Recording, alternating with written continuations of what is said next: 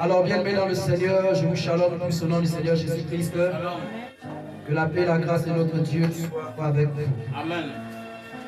Alors, nous sommes à notre lutte d'enseignement ce soir par la grâce de Dieu. Au nom de Jésus. Amen.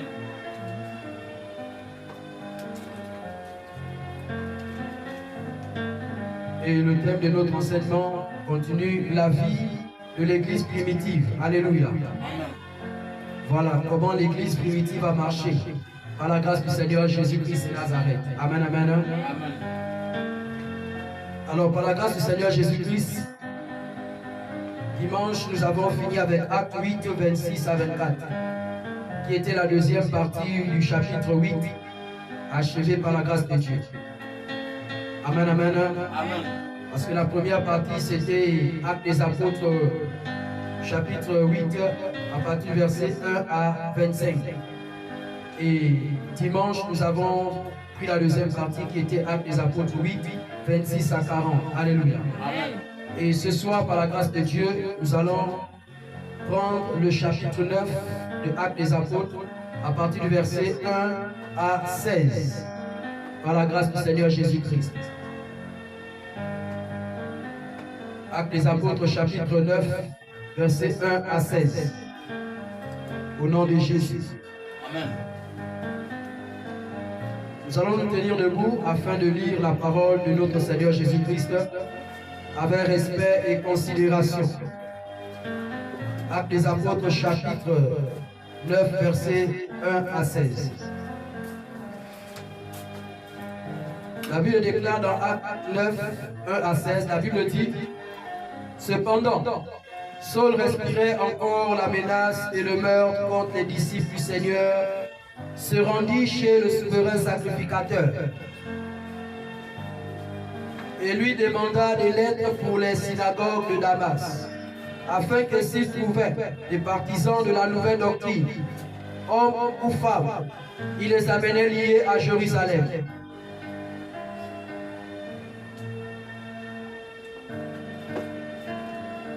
Comme il était en chemin et qu'il approchait de Damas, tout à coup une lumière venant du ciel resplendit autour de lui. Il tomba par terre et il entendit une voix qui lui disait: Saul, Saul, pourquoi me persécutes-tu? Il répondit: Qui es-tu, Seigneur? Et le Seigneur dit: Je suis Jésus que tu persécutes. Il te sera dur de redjember contre les aiguillons. Tremblant et saisi de foi, il dit: Seigneur, que veux-tu que je fasse? Et le Seigneur lui dit: lève-toi, entre dans la ville et on te dira ce que tu dois faire. Les hommes qui l'accompagnaient demeurèrent stupéfaits. Ils entendirent bien la voix, mais ils ne voyaient personne. Saul se releva de terre, et quoique ses yeux fussent ouverts, il ne voyait rien. On le prit par la main et on le conduisit à Damas. Il resta 3 jours sans voir, et il ne mangeait ni ne but. Or il y avait à Damas un disciple nommé Ananias. Le Seigneur lui dit dans une vision: Ananias. Il répondit: me voici, Seigneur. Et le Seigneur lui dit: lève-toi, va dans la rue qu'on appelle la droite, et cherche dans la maison de Judas un nommé Saul de Tarse. Car il prie, et il a vu en vision un homme du nom d'Ananias qui entrait et qui lui imposait les mains afin qu'il recouvrât la vie. Ananias répondit: Seigneur, j'ai appris de plusieurs personnes tout le mal que cet homme a fait à tes saints dans Jérusalem. Et il a ici des pouvoirs de la part des principaux sacrificateurs pour lier tous ceux qui invoquent ton nom. Mais le Seigneur lui dit: va, car cet homme est un instrument que j'ai choisi pour porter mon nom devant les nations, devant les rois et devant les fils d'Israël. Verset 16 pour finir. Et je lui montrerai tout ce qu'il doit souffrir pour mon nom. Quelqu'un dit Amen. Amen. Gloire au Seigneur. Acclamons la parole de Dieu. Prenez place au nom de Jésus. Alors nous sommes en train de comprendre, bien aimé, la vie de l'église primitive. Alléluia. Nous sommes en train, bien aimé, de voir comment l'église, bien aimé, d'hier a marché avec notre Seigneur Jésus-Christ. Nous sommes en train de voir comment les premiers chrétiens, les premiers serviteurs de Dieu, les premières servantes de Dieu, le premier peuple de Dieu, alléluia, a marché avec notre Seigneur Jésus-Christ. Dans Actes chapitre 9, on nous parle de la conversion des serviteurs de Dieu, la conversion d'un frère, la conversion d'un disciple, la conversion, bien aimé, d'un enfant du Seigneur Jésus-Christ appelé Saul de Tarse. Ça, c'est le nom qu'il portait avant qu'il ne soit chrétien, avant qu'il ne donne sa vie au Seigneur Jésus-Christ. C'est comme toi. Avant que tu ne donnes ta vie au Seigneur, tu avais un nom. Alléluia. Par la grâce de Dieu. Et lorsqu'en réalité, tu t'es converti, le Seigneur t'a donné un autre nom de conversion. Alléluia. Pour certaines personnes. La Bible dit ceci, que Paul respirait encore le meurtre, en réalité, et la menace contre les disciples du Seigneur, à partir du verset 1 à 2, il s'est rendu chez le souverain sacrificateur et lui demanda des lettres pour la synagogue de Damas, afin qu'il s'y trouvait des partisans de la nouvelle doctrine, hommes et femmes, qui les amenaient liés à Jérusalem. Alléluia. Donc c'est ce que l'apôtre Paul, hier, qui était Saul de Tarse, faisait. Alléluia. Il respirait encore la menace, le meurtre. Dans son désir, c'était, bien aimé, de pouvoir éteindre la volonté de Dieu. Son désir, c'était, bien aimé, de pouvoir saisir les enfants de Dieu, saisir les chrétiens, saisir en réalité les servantes et les serviteurs de Dieu qui prononçaient le nom du Seigneur Jésus-Christ, qui annonçaient la bonne nouvelle. Alléluia. Et ces choses ne doivent pas nous étonner aujourd'hui. Ces choses ne doivent pas en réalité nous étonner, serviteurs de Dieu, servants de Dieu, enfants de Dieu. Car la persécution contre l'Église n'a pas commencé aujourd'hui. Ça a commencé depuis les temps de nos pères. Et aujourd'hui, bien aimé, c'est rien que la parole, la prophétie écrite qui est en train de s'accomplir.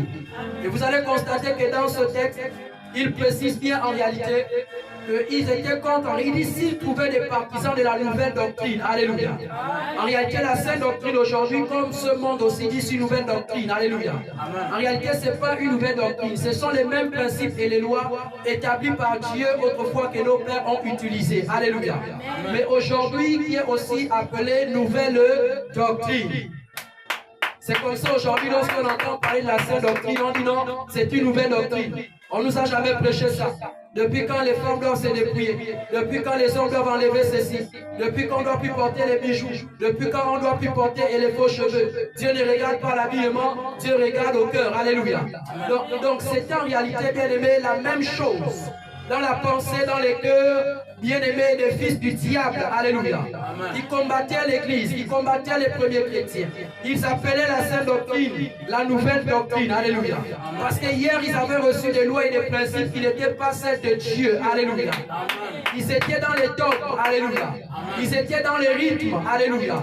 Ils étaient assujettis, esclaves, bien-aimés dans le Seigneur, et des traditions, des rituels mystiques, sataniques. Alléluia. Et lorsqu'ils entendaient parler, bien-aimés, de la sainte doctrine, bien-aimés, en réalité, il y avait ce qu'on appelle la démangeaison. Il y avait la démangeaison en eux. Et à ce moment-là, bien-aimés, ils ne pouvaient pas supporter en réalité la puissance, l'intensité, bien-aimés, la parole du Seigneur Jésus-Christ. Et à ce moment,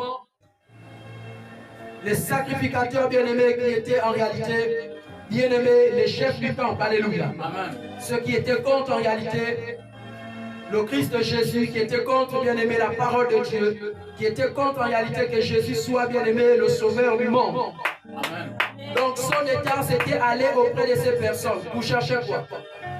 Les lettres, pour en réalité attraper, pour saisir, pour en réalité emmener toute personne qui confessait le nom du Seigneur Jésus, qui avait décidé de marcher, bien-aimé, dans la volonté de Dieu. Toutes ces personnes étaient attrapées. Donc ces lettres-là, c'était quoi? C'est en réalité, bien aimé, l'autorisation, alléluia, de pouvoir arrêter, de pouvoir saisir tous ceux qui faisaient partie, bien aimé, de l'église primitive. tous ceux qui écoutaient la sainte doctrine, tous ceux qui acceptaient, bien-aimés, de se faire, bien-aimés, influencés par le Saint-Esprit, tous ceux qui acceptaient, bien-aimés, de confesser le nom du Seigneur Jésus-Christ étaient arrêtés. Donc c'est ce document-là, en d'autres termes, terre à terre, c'est ce document-là que l'apôtre Paul était allé chercher pour pouvoir arrêter. Parce que dans ce document, il y avait la signature. Alléluia. C'est-à-dire quand il arrive comme ça, il a reçu, bien aimé, la permission des autorités. Alléluia. Amen. Des anciens de pouvoir venir vous arrêter. Donc quand l'apôtre Paul arrivait avec ces lettres-là, personne ne pouvait bouler. Parce que c'était un décret. Alléluia. Amen. Et ça ne doit pas nous étonner, bien aimé. Mais la Bible va nous dire plus bas, en réalité, que l'apôtre Paul, pendant qu'il faisait ça, bien aimé dans le Seigneur, il ne savait pas que quelque chose l'attendait devant. Quelqu'un n'a pas dit Amen à Jésus. Il y a quelque chose qui attendait cet homme devant. Il y a quelque chose, bien aimé dans le Seigneur, que Jésus-Christ, notre Dieu, avait réservé pour cet incrédule. Que Jésus-Christ avait réservé, bien aimé, pour cet homme qui était contre, en réalité, bien aimé, la volonté du Seigneur Jésus-Christ. La Bible dit que pendant qu'il était en chemin, pour faire quoi? Sa volonté à lui. Pendant qu'il était en train de marcher, pour se rendre, bien aimé, dans le Seigneur, à Damas, pour aller attraper, arrêter les enfants de Dieu qui confessent le nom du Seigneur Jésus-Christ. La Bible déclare que sur ce chemin-là, quelque chose se passa. Alléluia. Amen. Quelque chose, bien aimé, se passa sur ce chemin. Bien aimé dans le Seigneur. La Bible déclare ceci, qu'une lumière resplendit autour de la paix et des sols de Tarse. Il pensait que ce jour-là, bien aimé, il allait, bien aimé, saisir les enfants de Dieu et repartir avec eux comme il avait l'habitude de faire. Le plan de Dieu, bien aimé, n'est pas le plan des hommes. C'est vrai qu'il avait, bien aimé, l'autorisation des sacrificateurs, mais il n'avait pas reçu l'autorisation de Dieu. Quelqu'un n'a pas dit Amen. C'est vrai qu'il avait une feuille, bien aimé dans le Seigneur, où les autorités, les hommes de ce monde avaient signé, avaient parlé, avaient donné leur pouvoir. Mais le Dieu créateur de l'humanité n'avait pas, bien aimé, signé ce document afin que l'Église soit éteinte. Alléluia. Amen. La Bible dit que ce jour, la gloire de Dieu, la lumière du Seigneur Jésus-Christ resplendit autour de son Tarse. Et à ce moment, la Bible déclare, nous allons lire, la Bible déclare, bien aimé dans le Seigneur, il tomba par terre et il entendit une voix qui lui disait, Saul, Saul, pourquoi me persécutes-tu? Donc vous devez comprendre que bien aimé dans le Seigneur, quiconque s'élève contre en réalité, bien aimé, la doctrine que nous sommes en train d'enseigner, qui est la sainte doctrine, la parole authentique de Dieu, qui repose les lois et les principes de Dieu, combat Dieu. Quelqu'un n'a pas dit Amen à Jésus. Quiconque bien aimé dans le Seigneur s'élève contre l'Église, quiconque bien aimé ose pointer du doigt à l'Église du Seigneur qui est l'épouse, la femme de Jésus-Christ de Nazareth, combat Jésus-Christ de Nazareth lui-même. Amen. Voici pourquoi l'apôtre Paul pensait que c'était en réalité des hommes qu'il était en train de combattre. L'apôtre Paul pensait que c'était l'entreprise des hommes. Alléluia. Il pensait que c'était la pensée des disciples du Seigneur Jésus qu'il voulait éteindre. Mais en réalité, bien aimé dans le Seigneur, il ne savait pas que c'était l'œuvre de Dieu. Et c'est ça plusieurs bien aimés. Nous avons plusieurs personnes qui combattent bien aimé la sainte doctrine. Ils se disent que c'est bien aimé, nous sommes levés un matin et commencer à dire des choses que nous voulons dire. Non. C'est tout simplement notre obéissance à la voix de Dieu qui nous amène à respecter ce qui est écrit. Alléluia. Amen. Et aujourd'hui, bien aimé, la sainte doctrine est devenue une nouvelle doctrine pour les gens. Parce que hier, bien aimé, ceux qui prétendent en réalité, ceux qui ont prétendu être envoyés par Dieu, n'ont pas respecté les principes et les lois de Dieu qui renferment la sainte doctrine qui est la parole authentique de Dieu.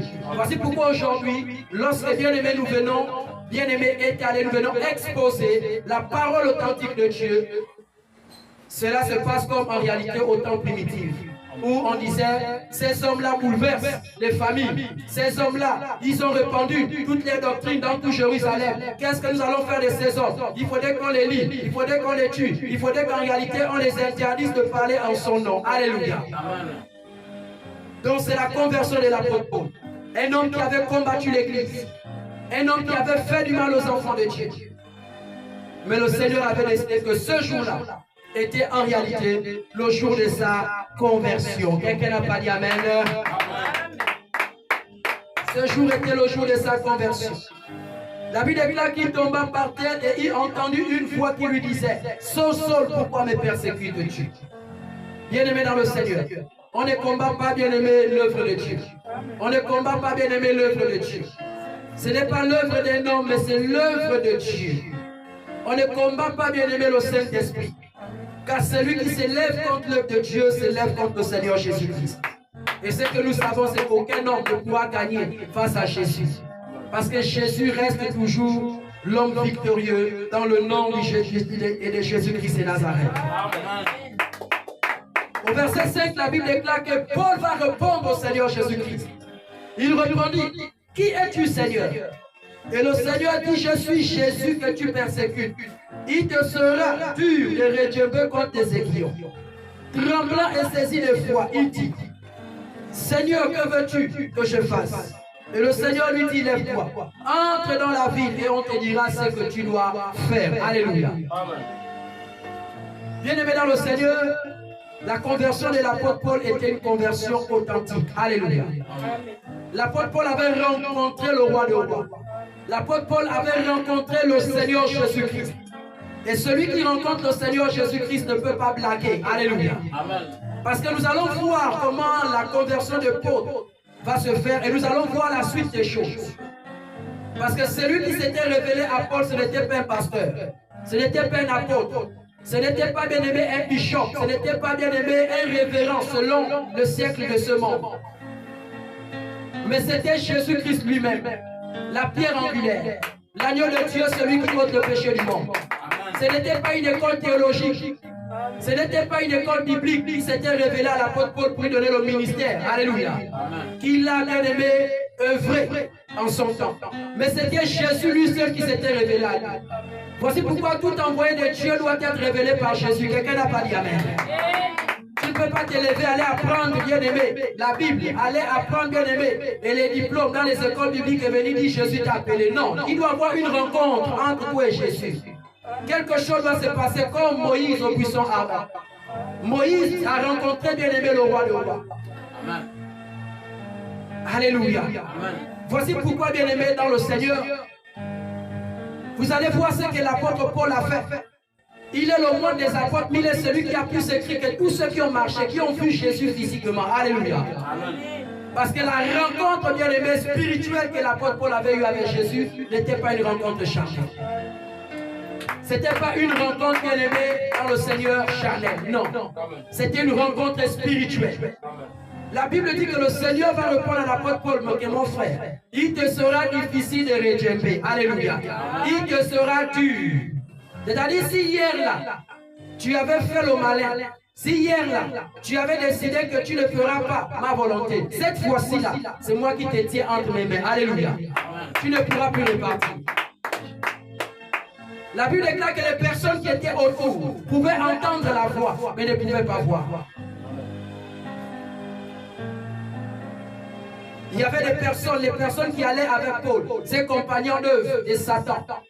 Comme en Jésus, nous avons les compagnons d'œuvre de la volonté de Dieu. Le diable aussi a ses compagnons d'œuvre. Quand il mandate des gens, ils ont aussi des compagnons d'œuvre du diable. Donc ces personnes étaient autour de l'apôtre Paul pour l'encourager. Oh allons, oh oui, allons-y, on va fermer ces églises-là. Oui, on va combattre ce pasteur-là. Oui, on va combattre cette église-là. Alléluia.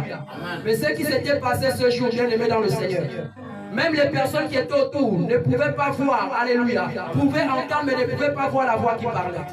Parce que la voix qui parlait n'était pas, bien aimé, une voix humaine, alléluia. C'était la voix de Dieu lui-même.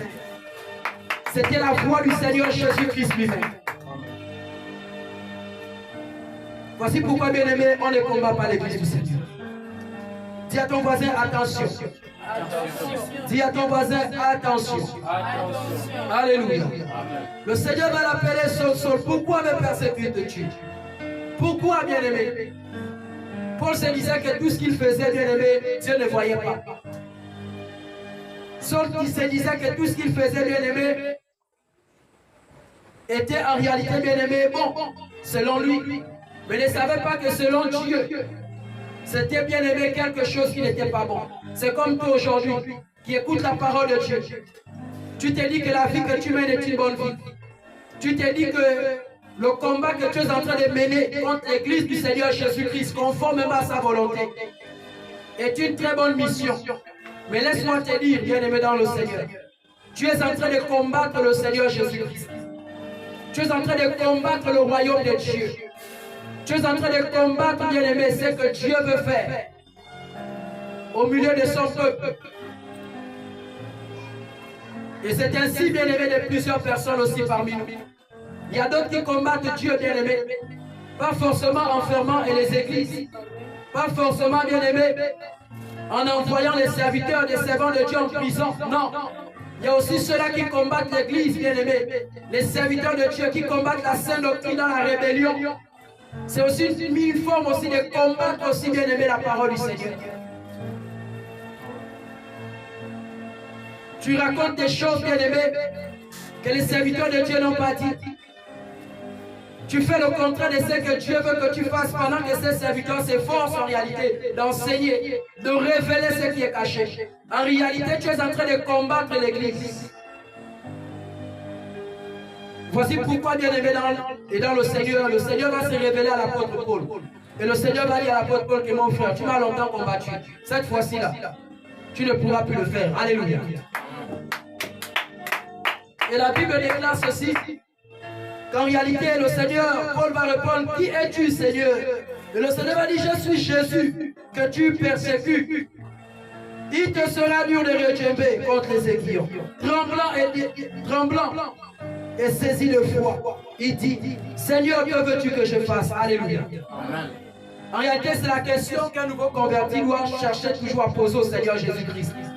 Seigneur, que veux-tu que je fasse? Parce que quand le Seigneur t'appelle, quand le Seigneur veut te délivrer, alléluia, tu dois être à l'écoute. Comme le Seigneur nous a posé la question en réalité dimanche, qui est ton guide? Il va poser la question, Seigneur, que veux-tu que je fasse? Pourquoi l'apôtre Paul va poser cette question au Seigneur? Parce qu'il avait compris qu'en réalité le Seigneur Jésus était de l'or en réalité son conducteur, alléluia. Et qu'il devait désormais dépendre de lui. Il devait désormais, bien aimé, suivre en réalité les voies du Seigneur. Et que le Seigneur Jésus, dès l'instant bien aimé, était devenu son maître, était devenu son conducteur, était devenu son guide. Et il va poser, que veux-tu que je fasse? Parce que l'apôtre Paul devait maintenant commencer à faire la volonté du Seigneur Jésus et non sa propre volonté. Nous avons plusieurs personnes bien aimées aujourd'hui qui sont soi-disant convertis, bien aimés dans le Seigneur, mais qui ne sont pas en réalité en train de marcher selon ce que Dieu dit. Parce que Dieu va donner des recommandations à Saul en disant que comme tu me poses la question, que veux-tu que je fasse, et que tu as reconnu, tu as compris en réalité que tu as besoin de moi pour que tu puisses en réalité marcher sur le chemin, la vie et la vérité que je suis Jésus. Et à ce moment, Jésus va donner des directives. Jésus va donner des recommandations. Jésus va dire à Saul de Tarse que voici en réalité ce que tu dois faire. Nous allons commencer à lire ce que le Seigneur Jésus-Christ va recommander à Saul de Tarse. Il va dire, Seigneur, que veux-tu que je fasse? C'est une question qu'il pose au Seigneur. Voici pourquoi un nouveau converti, je souligne, doit apprendre à poser aussi des questions au Seigneur Jésus-Christ. Seigneur, tu m'appelles à faire quoi? Seigneur, tu veux que je fasse quoi dans ta maison? Seigneur, avec l'argent que je gagne là, que veux-tu en réalité que je fasse avec cet argent? Seigneur, en réalité, la parole que tu me donnes, tu veux que je fasse quoi? Alléluia. Il faut apprendre. L'apôtre Paul avait compris qu'en ce moment, l'intimité, alléluia, avec le Saint-Esprit, avec le Seigneur Jésus-Christ était important. Parce qu'il nous montre l'exemple dès lors de sa conversion, sa rencontre avec Jésus. Il nous montre en réalité, bien aimé, comment il est en train de converser. Il est en train de questionner le Seigneur Jésus-Christ sur en réalité sa feuille de route. Alléluia. Et le Seigneur va commencer des recommandations à Saul de Tarse en disant ceci. Et le Seigneur lui dit, lève-toi, entre dans la vie et on te dira ce que tu dois faire. Regardez bien aimé comment la rencontre avec le Seigneur Jésus-Christ s'est passée dans l'église primitive. Le Seigneur orientait et les personnes converties se soumettaient. Mais aujourd'hui, nous avons des frères et des sœurs où on rebelle à la volonté de Dieu. Mais vraiment, quand je disais du dimanche par le zèle de Saint-Esprit, les opposants, alléluia. Nous avons les opposants dans l'église, les opposants aujourd'hui. Tu as posé la question au Seigneur, Seigneur, qu'est-ce que tu veux que je fasse dans cette église? Le Seigneur t'a dit, voici ce que tu dois faire, comme ça, comme ça, comme ça, comme ça. Alléluia. Amen. Tu commences encore à te poser beaucoup de questions. Tu commences encore à réfléchir. Tu commences encore, bien aimé, à faire ce que toi tu veux, alors que Dieu t'a déjà parlé. Voici pourquoi beaucoup passent à côté. Voici pourquoi beaucoup parfois sont révélés par le diable après. Plusieurs questions inutiles qui n'ont plus besoin, bien aimé, d'être posées au Seigneur Jésus du moment que le Seigneur s'est déjà révélé à toi. Et c'est ça le problème de l'église aujourd'hui. Tu as prié Dieu, Dieu t'a parlé. Tu vas dire non, Dieu parle 3 fois. Je vais encore aller prier Dieu. Alléluia. Et l'apôtre Paul a posé la question une fois. Le Seigneur lui a répondu une fois. Et je disais qu'il y a des choses, bien aimé, quand tu as parlé là. Alléluia. Il faut seulement faire. Car derrière l'obéissance se cache la bénédiction. Derrière l'obéissance, c'est la bénédiction. La Bible déclare que le Seigneur va dire à l'apôtre Paul que lève-toi d'abord. Parce que pour faire ma volonté, tu as besoin d'abord de te tenir debout sur tes 2 jambes. Pour accomplir ma volonté, tu as besoin de te tenir sur les 2 jambes. Ce n'est pas en étant assis que tu vas faire ma volonté. Non, lève-toi. Et lorsque tu te tiendras debout, je te dirai en réalité où maintenant tu dois partir. Voici la suite de la phrase. Lève-toi, entre dans la vie et on te dira ce que tu dois faire. Il dit on te dira ce que tu dois faire. Pas rentre dans la ville et tu feras ce que toi tu voudras faire. Non. Parce que nous avons des nouveaux convertis comme ça aujourd'hui. Tu étais dans la voie large. La doctrine des démons, les dogmes bien-aimés et des hommes. Tu as reçu les enseignements des démons. Quand tu arrives bien-aimé dans la sainte doctrine, c'est là où ta conversion commence. Et tu dois suivre en réalité la conversion de l'apôtre Paul.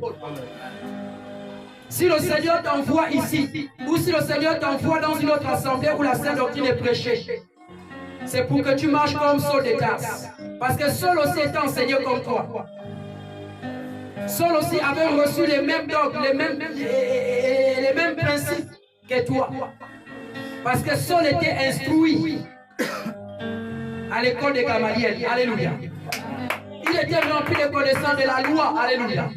Mais il n'avait pas bien aimé le Saint-Esprit. Il n'avait pas la révélation de Jésus. Beaucoup de personnes ont étudié Dieu. Beaucoup de personnes sont allées faire l'école biblique, mais n'ont pas le Saint-Esprit pour comprendre en réalité les choses et de l'Esprit.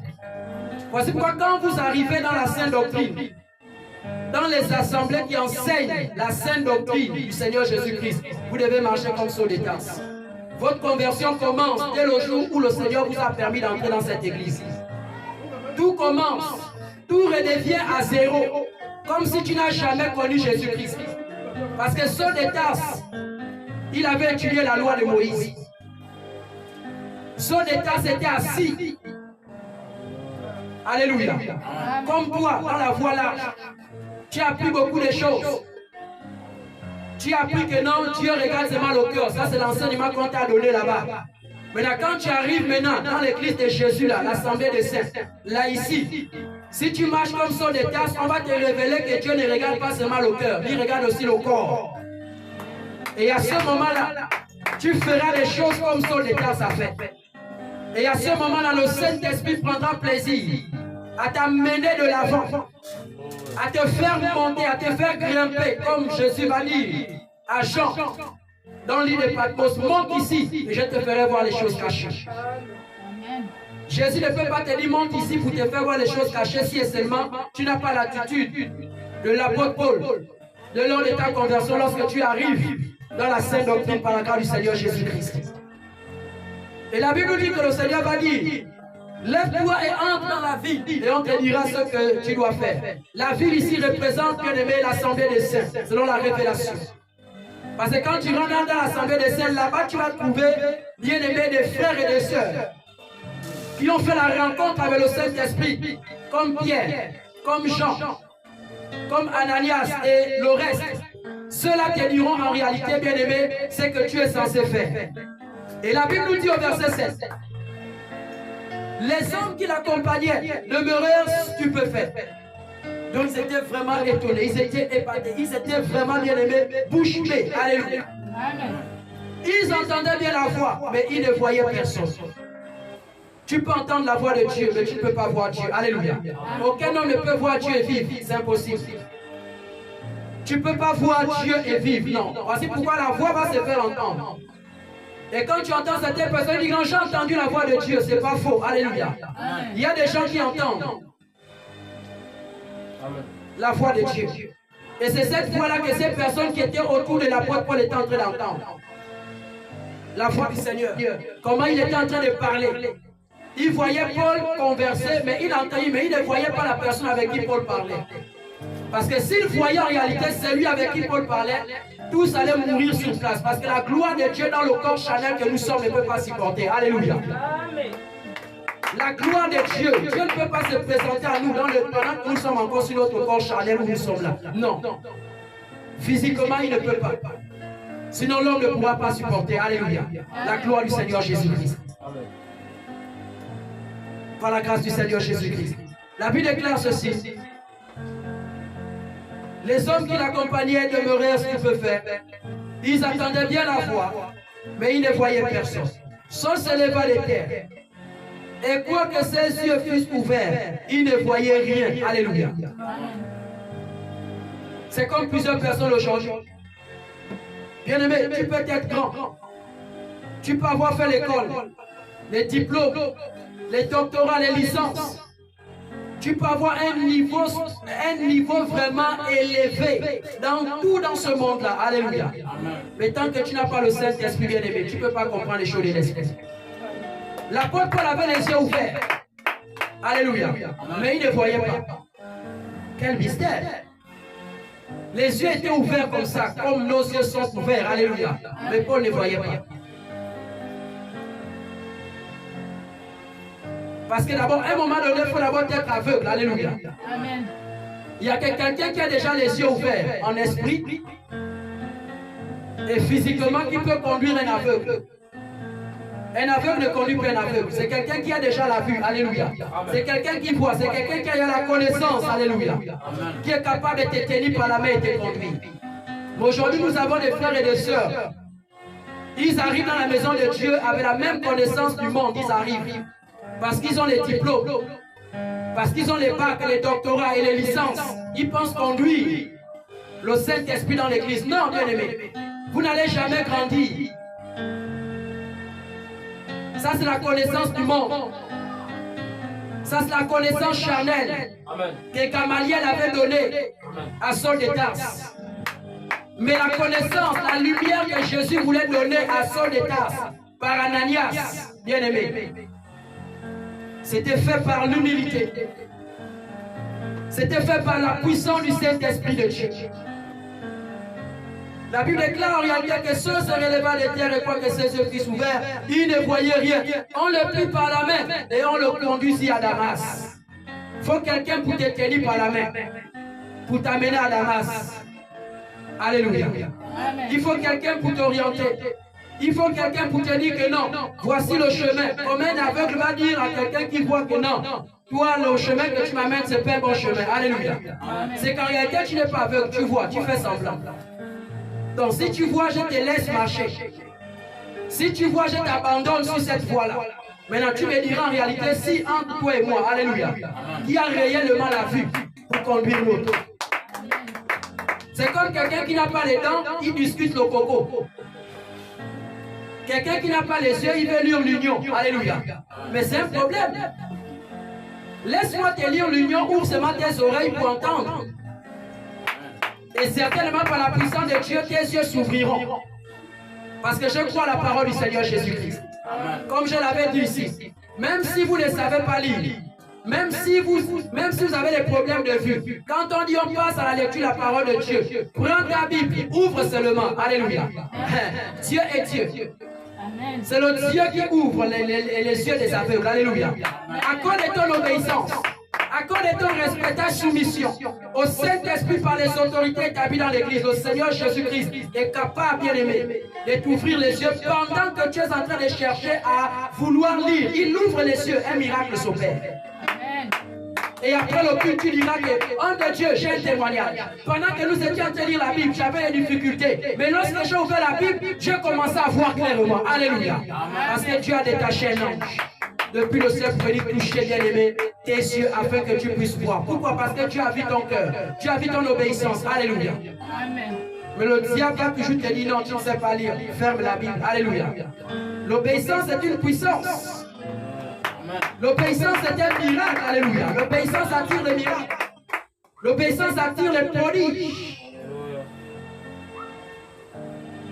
L'apôtre Paul, bien aimé, en 7 ans, son état s'appelait. Les yeux étaient ouverts, mais il ne voyait pas. Il fallait que quelqu'un puisse le tenir par la main pour en réalité l'amener jusqu'à Damas. Quand je crois, je n'étais pas, mais l'Esprit de Dieu qui est au commencement, la Bible dit, qui s'est mouvé au-dessus des eaux, il était là-bas. Il me dit que sur la route de Damas, il y avait les trous, il y avait les cailloux, il y avait même bien aimé et des flaques d'eau, il y avait même des rivières à côté. Alléluia. Donc il fallait qu'en réalité, quelqu'un qui a les yeux tienne son des tasses par la main et dit que non, viens sur des tasses, on va faire ceci, viens par là, allons comme ça. Non, ne partons pas à gauche, parce que si nous partons à gauche là-bas, on risquera de se jeter dans cette eau-là. Viens par ici, alléluia. Donc son des tasses était dans l'obligation de suivre en réalité celui qui était en train de le conduire à Damas. Alléluia. Amen. Et aujourd'hui, beaucoup de personnes ne veulent pas être conduites par la grâce du Seigneur Jésus-Christ. Tu ne peux pas grandir dans le Seigneur si tu refuses qu'on puisse te conduire. Tu ne peux pas grandir dans le Seigneur si tu refuses de poser les questions à celui qui te conduit. L'apôtre Paul a posé la question. Que veux-tu que je fasse après cette expérience? Combien aujourd'hui le font? Tu as reçu une expérience, tu te prends maintenant. C'est toi maintenant que Dieu parle. Donc Dieu ne voit plus et les leaders.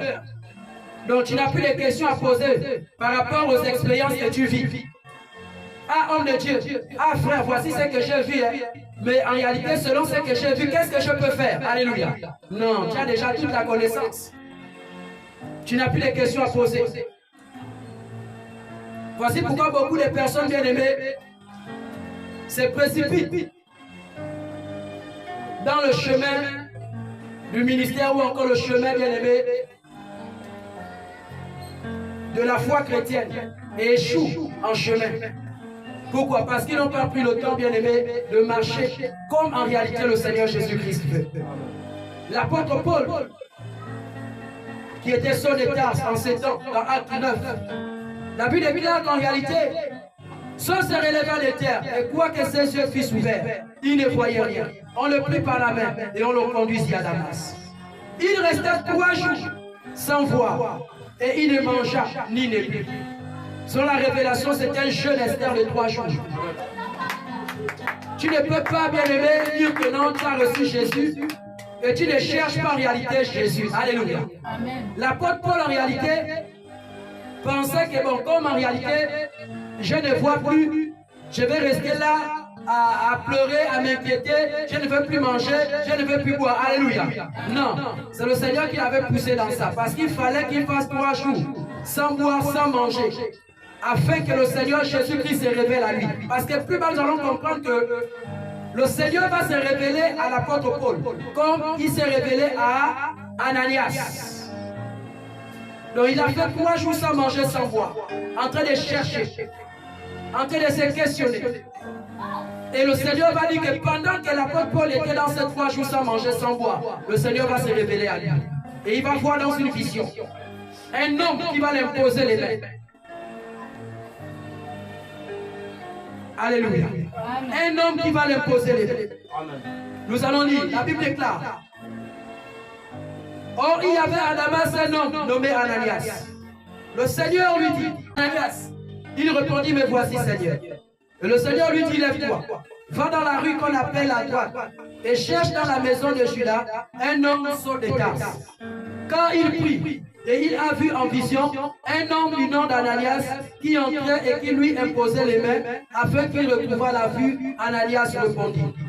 Donc c'est le Seigneur qui commence d'abord même à parler à l'apôtre Paul. C'est d'abord son état d'abord qui reçoit d'abord la révélation. Quelqu'un me suit très bien? Amen. Voici pourquoi vous devez comprendre que, bien aimé, aucun serviteur ne peut commencer à venir te dire, bien aimé, sur certaines choses avant que le Seigneur Jésus-Christ ne s'est d'abord révélé à toi-même. Le Seigneur va d'abord commencer à parler au concerné lui-même. Que voici l'homme qui va t'imposer les mains. Voici l'homme qui va te diriger. Voici l'homme qui va te conduire. Et beaucoup de personnes aujourd'hui, bien aimés, ont été révélées par le Saint-Esprit. Que voici en réalité l'endroit. Voici le lieu là où vous deviez être. Mais à cause de la rébellion, à cause de l'orgueil, le mensonge, il y a maintenant une confusion en vous. Tu vois aujourd'hui, c'est à la résurrection que tu dois prier. Demain, tu vas maintenant voir maintenant, c'est je ne sais où. Alléluia. À planète. Bien aimé dans le Seigneur. Pourquoi ça? C'est le manque d'obéissance. Voici pourquoi il faut faire attention, bien aimé. Quand il y a trop la rébellion, quand il y a trop, c'est-à-dire lorsque vous boudez trop, alléluia, le diable va s'infiltrer. Et voici aujourd'hui beaucoup de faux prophètes vont dans les montagnes pour aller chercher Dieu. C'est les anges déchus qui les apparaissent. Ils leur donnent des recommandations diaboliques et disent qu'ils ont rencontré Dieu. Tu es sous la rébellion de l'enseignement à l'église, mais tu vas chercher Dieu. Oh, Dieu m'a dit que moi je peux porter les faux cheveux. Bon, toi tu penses qu'en réalité, déjà l'esprit qui t'anime depuis que l'enseignement passe, c'est le même esprit qui allait te parler là-bas. Parce que Dieu ne contredit pas sa parole. Les faux cheveux, c'est bien faux. C'est bien écrit faux cheveux. Mais Dieu n'est pas dans le faux. Dieu est dans la vérité. Maintenant, comment peux-tu dire que le Seigneur t'a demandé de porter les faux cheveux à toi? C'est que ce n'est pas le même Dieu que nous confessons. Parce que les faux cheveux, c'est le mensonge. Alors que tu as la vérité des cheveux en toi. Sauf que c'est l'amour du monde qui te pousse à aller faire des prières bien-aimées où ce sont les démons qui commencent à te parler. Où c'est la sorcellerie familiale. Les esprits des serpents, les mimbiri des familles là. Les génies là qui commencent à te parler. Ma fille, tu peux porter les faux cheveux. C'est vrai que le prophète Jérémie était un serviteur de Dieu. Mais toi, je te dis, porte les faux cheveux. Et ton Dieu qui te parle là. Parce que le diable peut reconnaître aussi que ces serviteurs sont les vrais lorsqu'il veut te séduire. C'est la délivrance que tu as besoin. Parce que je vous ai dit ici, et nous ne cessons de vous le dire, par les bouches de ces serviteurs qui interviennent ici, que Dieu conduit l'église avec la parole. C'est la parole qui conduit l'église. Alléluia. Amen.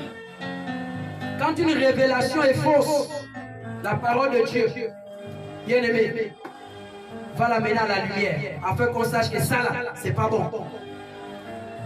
Donc en ce moment-là, son état va se relever de terre, quoique ses yeux étaient ouverts, son ne voyait pas. Parce qu'il y a un temps pour toutes choses. Tu viens de rencontrer le Seigneur, il y a un temps où on doit te donner la nourriture. Il y a un temps où on doit t'apprendre certaines choses. C'est pas que tu vas chercher 150 000, tu vas aller à Rabi.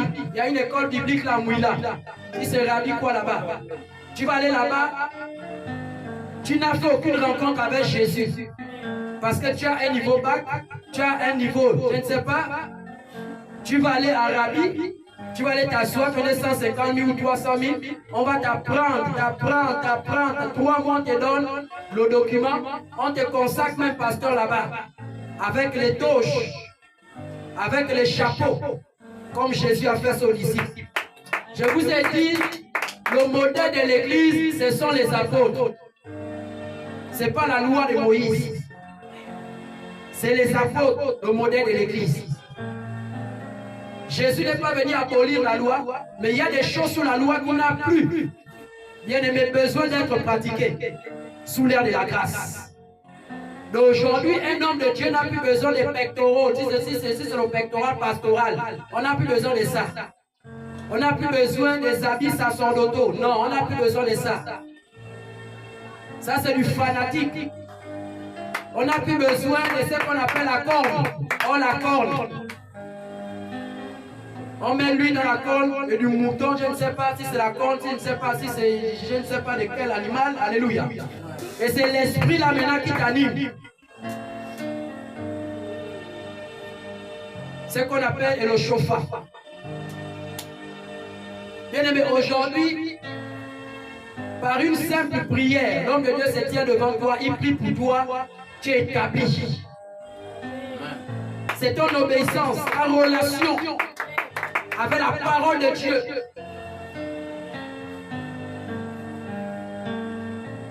Et voici pourquoi aujourd'hui beaucoup de personnes bien aimées sont toujours liées. Sont toujours liées. Donc l'apôtre Paul va suivre les voies du Seigneur Jésus-Christ. Il resta 3 jours sans voir. Il ne mangea ni ne but. Or il y avait à Damas un disciple nommé Ananias. Le Seigneur lui dit dans une vision, Ananias, il répondit, me voici Seigneur. Et le Seigneur lui dit, lève-toi, va dans la rue qu'on appelle la droite et cherche dans la maison de Judas un homme nommé Saul de Tarse. Regardez l'obéissance du disciple Ananias.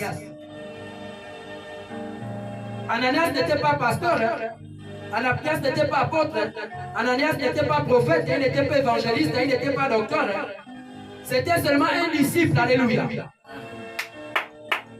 C'était seulement un disciple, c'est-à-dire un élève discipliné qui écoutait les enseignements de Pierre, alléluia. Amen. Qui écoutait les enseignements de Matthieu, de Luc, de tous les 12 apôtres. Ananias. Voici pourquoi vous commencez à imposer les mains aux gens. On n'a pas besoin que tu sois pasteur. Ça, c'est ce que les faux pasteurs nous ont fait comprendre. Pour commencer à prêcher, tu n'as pas besoin d'être d'abord apôtre. C'est faux. Tant que tu es déjà un disciple accompli, c'est-à-dire un disciple qui est comme le maître. Tu es discipliné, tu écoutes les enseignements, tu suis parfaitement l'enseignement. Tu peux imposer les mains. Tu ouvres les yeux des aveugles. Tu peux imposer les mains, tu peux chasser les démons. Et j'ai béni le Seigneur pour l'homme qui m'a montré le chemin du Seigneur, cet homme-là.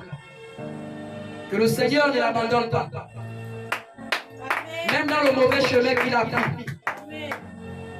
Que le Seigneur se souvienne de lui et qu'il revienne dans la droiture du Seigneur. À ce niveau-là, cet homme nous a donné la vie. Mais à un moment donné, quand tu ne tiens pas ferme sur le fondement, le diable va te déplacer, le diable va te détourner. Moi, j'ai commencé à prêcher dans l'église, chasser les démons. Je n'étais pas consacré. Je n'étais pas pasteur. Je faisais la modération à l'église. Quand j'arrivais dans certaines veillées, les démons criaient seuls. J'arrive comme ça, les démons commencent à crier seuls. Pourquoi il est rentré ici? Pourquoi? Seul. C'est la relation, l'obéissance à la parole de Dieu. Amen. La sanctification, le dépouillement intérieur et extérieur. Ananias n'était pas apôtre, mais regardez comment Ananias va ouvrir les cieux de Saul, de Tarse. Alléluia. Donc si en réalité, il y a un disciple qui doit par exemple recevoir le Seigneur ou recevoir une guérison en Toum. Alléluia. Il faut forcément que le prophète Jérémie quitte le PK11 pour aller en Toum. Alors qu'en Toum là-bas, on a le frère Emmanuel. Mais le frère Emmanuel peut imposer les mains à ce frère. Le frère Emmanuel peut conduire ce frère-là en Toum. Alléluia. Aujourd'hui, les gourous des églises, les chercheurs d'argent, ceux qui sont venus bien aimés dans le Seigneur, pas par le billet du Seigneur, mais par leur propre billet. Ils ont cherché les billets pour se rendre pasteur, apôtre, évangéliste. Ceux-là, ils nous ont enseigné qu'en réalité, quand tu es disciple à l'église, tu ne peux pas commencer tant qu'on n'a pas encore versé l'huile sur ta tête. Ça, c'est le mensonge. Ça, c'est l'église des voleurs, des braqueurs spirituels. Ça, c'est l'église de ceux qui sont venus chercher l'argent. Les conducteurs de la voilage. Et ils auront des comptes à rendre au Seigneur. Jésus-Christ. Les âmes ne seront pas seulement sauvées quand moi je tiens le micro. C'est faux. Il y a des personnes là qui seront impactées par la sainte doctrine lorsque Emmanuel prendra le micro. Lorsque le pasteur Moïse prendra le micro. Lorsque l'évangéliste Jean prendra le micro. Et il y a certaines femmes aussi, même j'ai fait jusqu'en profondeur. Il y a même certaines femmes là, assises ici, qui écoutent les enseignements, qui ne comprennent pas. Mais à certaines réunions de femmes, il y a des femmes ici là, qui vont impacter encore plus ces femmes là dans les réunions de femmes. Et qui vont comprendre en réalité parfaitement la sainte doctrine du Seigneur Jésus-Christ. Ananias était un disciple. Ce n'est pas écrit qu'il était apôtre. Ce n'est pas écrit qu'il était prophète. Ananias était un élève disciplinaire qui écoutait l'enseignement du maître et qui suivait le maître. Ananias était autour des disciples. Voici pourquoi je vais souligner aussi ceci. Pour qu'en réalité tu puisses commencer à manifester bien-aimé ou encore à servir dans la maison de Dieu, il y a aussi des critères. Et Paul va le dire à Timothée. Parce que Timothée est en train d'être préparé pour être berger de l'église. Il va dire, il faudrait d'abord que celui-là sache d'abord prendre soin de sa maison. Il faut d'abord que celui-là ait un bon témoignage. Il ne faut pas qu'il soit un nouveau converti. Donc l'apôtre Paul, nouveau converti, doit recevoir l'imposition des mains de quelqu'un qui est converti déjà depuis avant lui. Alléluia. Amen. Donc l'apôtre Paul était un nouveau, mais il y avait déjà les disciples qui étaient là. Les cocos, les anciens. Il y a des gens qui arrivent là avec l'orgueil. Comme là-bas j'étais pasteur, là-bas j'étais apôtre, là-bas j'étais prophétesse de Satan, maman pastoresse du diable. Quand tu arrives ici, tu trouves les personnes qui ont fait 3 ans, qui ont fait 2 ans, 6 mois, 1 an en train d'écouter la parole. Toi, quand tu arrives, on te dit, bon, la sœur Julie va te conduire dans ça. Tu vas commencer à faire l'orgueil. Oh non, elle est jeune. Elle va m'apprendre quoi? Moi, j'ai reçu le Seigneur, ça fait 30 ans. Ma soeur, tu n'as jamais reçu Jésus. Tu vas commencer à recevoir Jésus quand tu vas rentrer ici. Ou encore quand tu vas rentrer dans une autre assemblée, partout dans le monde entier, qui enseigne la sainte doctrine du Seigneur Jésus. C'est là où ta conversion va commencer. Et à ce moment, même si c'est un petit enfant que tu trouves, tu dois te soumettre. Parce que spirituellement, il a ce que toi, tu n'as pas. Tu as fait 20 ans dans l'église, tu n'as jamais reçu ce que lui, il a reçu en 6 mois. Parce que tout dépend du cœur, c'est le cœur. Je disais que beaucoup viennent à l'église, ce n'est pas parce qu'ils veulent aller au ciel. Beaucoup viennent à l'église parce qu'ils veulent travailler. Parce qu'ils veulent l'argent. Ils veulent les enfants. Ils veulent prêcher. Ils veulent les dîmes, les offrandes, ouvrir les églises. Et de telles personnes-là, vous n'aurez jamais ce que le Seigneur Jésus-Christ réserve à ceux que lui-même il envoie pour apporter la lumière aux nations. Tu peux venir tôt à l'église, mais si ton cœur n'est pas d'aller au ciel, ton cœur, c'est de venir impressionner l'homme de Dieu. Pour que demain on te donne le micro. Et un d'abord même, tu n'auras jamais le micro. Alléluia. Parce qu'on a le Saint-Esprit, on a l'Esprit du discernement. Quand tu viens tôt là, faut être obéissant à tout ce qu'on dit ici. Là maintenant, on saura que oui, le frère là, oui, la soeur là, non. Elle peut diriger les autres. C'est pas tu viens tôt à l'église, on te dit, voici ce que le Seigneur dit, tu boudes. Même pas en cachette, tu montes ça devant les gens. Mais tu as fait 30 ans jusqu'à ce que tu vas sortir de l'église. Tu n'auras pas le micro. Parce qu'on ne vient pas à l'église pour le micro. On ne vient pas à l'église pour l'argent. Sans venir à l'église, tu peux avoir l'argent. Va déposer les dossiers, il y a les bricoles à faire partout, tu auras l'argent. Tu n'as pas besoin de venir à l'église pour construire la maison. Moi, mon père a construit, il n'a jamais mis pied à l'église. Il tapait même ma mère. Quand elle voulait aller le fils à l'église catholique, il portait ma mère. Il disait à ma mère, ne reviens plus ici, dans ma maison. Il n'était jamais allé à l'église. Mais il a construit. Donc tu peux faire la même chose. On vient à l'église parce qu'on va aller au ciel. Et quand on va aller au ciel, on se positionne comme Saul de Tarse. Parce qu'il y a quelqu'un qui doit te tenir par la main pour te faire rentrer dans la vie de Damas. Et arriver même là-bas dans la vie de Damas, tu vas encore trouver une autre personne qui va encore t'imposer les mains. Parce que Saul de Tarse n'est pas allé loger dans la maison d'Ananias, mais dans la maison de Judas. Alléluia. Ça veut dire que les personnes qui avaient conduit en réalité l'apôtre Paul dans cette ville-là n'étaient pas Ananias. C'était d'autres personnes. Et on l'avait logé chez Judas. Alléluia. Et le Seigneur va dire à Ananias qu'en réalité, va dans cette ville, tourne, cherche la maison d'un certain tel, tu verras. Il y a un homme là-bas appelé Saul de Tarse. Il prie et il a vu en vision l'imposition des mains. Le disciple du Seigneur Jésus-Christ va s'élever et va obéir sans pourtant bouder. Voici comment l'église primitive marchait. Parce que le Saint-Esprit est à l'œuvre. C'est pas aujourd'hui. Les hommes de Dieu vont te dire, frère, il faut aller évangéliser. Prends le bas, va. Tu vas commencer à dire, mais toi-même, lui-même, il n'est pas peu évangéliser. Lui seulement, il prêche seulement dans l'église. Frère, même si tu peux évangéliser, non, tu ne seras jamais béni. C'est-à-dire, tout ce que tu fais là, on appelle ça comment? Le sacrifice.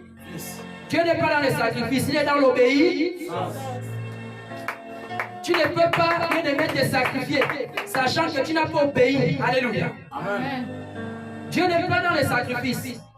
Dieu est dans l'obéissance. L'obéissance, c'est quand tu portes le baffe là, tu vas te mettre au carrefour, tu commences à crier et la repentance. Là, à ce moment, tu as obéi et tu t'es sacrifié. Alléluia. Et Dieu prend plaisir. Mais tant que tu vas d'abord bouder, tu vas d'abord critiquer, tu vas d'abord congosser. Même si tu vas faire, tu ne seras jamais béni. Et tu vas constater que ta vie spirituelle, c'est-à-dire ça ne changera pas. Ceux qui viendront les derniers, ce sont ceux-là qui vont travailler par l'esprit. Et toi, tu vas constater que tout ce que tu fais, c'est la chair. Tu vas constater que le Saint-Esprit ne te saisit jamais. Parce que la portion que nous avons ne peut pas se répandre sur la vie des personnes qui désobéissent à la voix du Saint-Esprit établi dans l'Église. Nous avons vu comment le Saint-Esprit a tué Ananias et Saphira. Pourquoi? Parce qu'il s'était dit que c'est aux hommes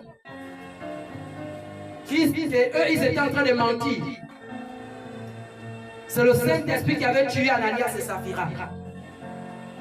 À cause de quoi? Du mensonge, l'hypocrisie, les murmures, l'œuvre de la chair. Saul de Tarse va obéir. En même temps aussi, le disciple du Seigneur Jésus-Christ, Ananias, va s'élever. Ananias était un homme comme toi. Ananias va s'élever et va partir, commencer à chercher la maison que le Seigneur lui avait recommandée. Alléluia. Amen. Homme de Dieu, ne dormez pas à l'église. Amen. Même un homme de Dieu doit être enseigné. Amen. Même moi, quand vous prêchez là, vous m'enseignez aussi. Et quand moi je prêche là, je vous enseigne. Quand vous aussi venez prêcher, vous m'enseignez. Amen. Donc personne ne doit dormir à l'église. Acclamons Jésus-Christ. Alléluia. Donc vous devez comprendre que bien aimé dans le Seigneur Jésus-Christ, le disciple du Seigneur Ananias va s'élever. Il ne va pas bouder. Oh non, c'est encore le matin. Très tôt le matin comme ça là, vraiment. Même Dieu lui-même. Il faut. Alléluia, non. Le serviteur de Nicolas, nous étions en train de partager cette journée. Il me disait que beaucoup de personnes en réalité disent souvent que non, oh Dieu voit, oh Dieu sait, alléluia. Il disait que non, l'homme de Dieu peut te comprendre. Mais ce que Dieu va te comprendre, alléluia. Amen. Il y a des choses que Dieu ne comprend pas. Il y a des choses que Dieu n'atteste pas. Il y a des choses que Dieu, bien aimé, n'adhère pas. Alléluia. Amen. Voici pourquoi certains sont frappés. certains bien-aimés regrettent de certaines choses. Pourquoi? Parce qu'ils se sont dit que bon, si je fais ça, Dieu va comprendre. Alléluia. Mais le jour que tu as posé là, Dieu ne t'a pas compris. Quand Dieu parle, il faut obéir. Ananias s'est levé. Il a commencé à chercher. Il a commencé à chercher. On a dit, va dans cette ville, cherche dans la maison d'Étienne. C'est-à-dire, le Seigneur ne lui a pas donné exactement, alléluia, que non, quand tu vas aller, tu vas avoir une route comme ça, va sur la maison tout droit, c'est telle maison. Non, le Seigneur a dit, va seulement dans cette ville. Cherche seulement la maison d'un tel. Donc, c'est-à-dire, il a commencé à marcher. Première maison. Coco, c'est ici, et la maison de pasteur Moïse. Oh non, il a continué, il a tourné, il a fait, il a même transpiré. Alléluia. Il n'a pas dit, oh non, ça fait longtemps que je marche, je n'ai pas encore mangé. Lui-même là-bas, il est chez lui posé. C'est moi qui l'ai tenté et il est fatigué. Mais ça, c'est un travail en fait que tu fais. Ananias est parti. Il a marché, marché, jusqu'à ce qu'il est tombé à la maison de Judas. Là où en réalité son état s'est trouvé. Tant que tu n'as pas bien aimé accompli la volonté de ton Père Jésus-Christ, alléluia, ne te repose pas. Ésaïe dit que je ne me tairai pas, alléluia. Il dit je ne me tairai pas. Tant que tu n'es pas mort, pourquoi tu vas cesser de servir le Seigneur Jésus-Christ? Tant qu'on ne t'a pas encore emprisonné, pourquoi tu vas arrêter? Parce que l'œuvre de Dieu bien-aimé, on ne l'emprisonne pas. Alléluia. C'est l'homme qu'on emprisonne. Mais l'œuvre de Dieu, on ne l'emprisonne pas. Jésus est mort, non? Ressuscité parmi nous, non? Il est assis à la droite du Père, non? Mais son esprit est à l'œuvre. Le Saint-Esprit est à l'œuvre. Nous voici aujourd'hui en train de faire l'œuvre du Seigneur Jésus-Christ. Alléluia. Alléluia. L'obéissance est très importante. L'Église primitive marchait dans l'obéissance. Pas dans la rébellion. Pas dans les oppositions. Parce que c'est quand il y a les opposants qu'il y a la guerre. C'est quand il y a les djihadistes, les moudjahdiens, les Boko Haram dans l'église. C'est où en réalité il y a le désordre. L'église primitive marchait par le Saint-Esprit. Un disciple accompli fait les choses comme le maître.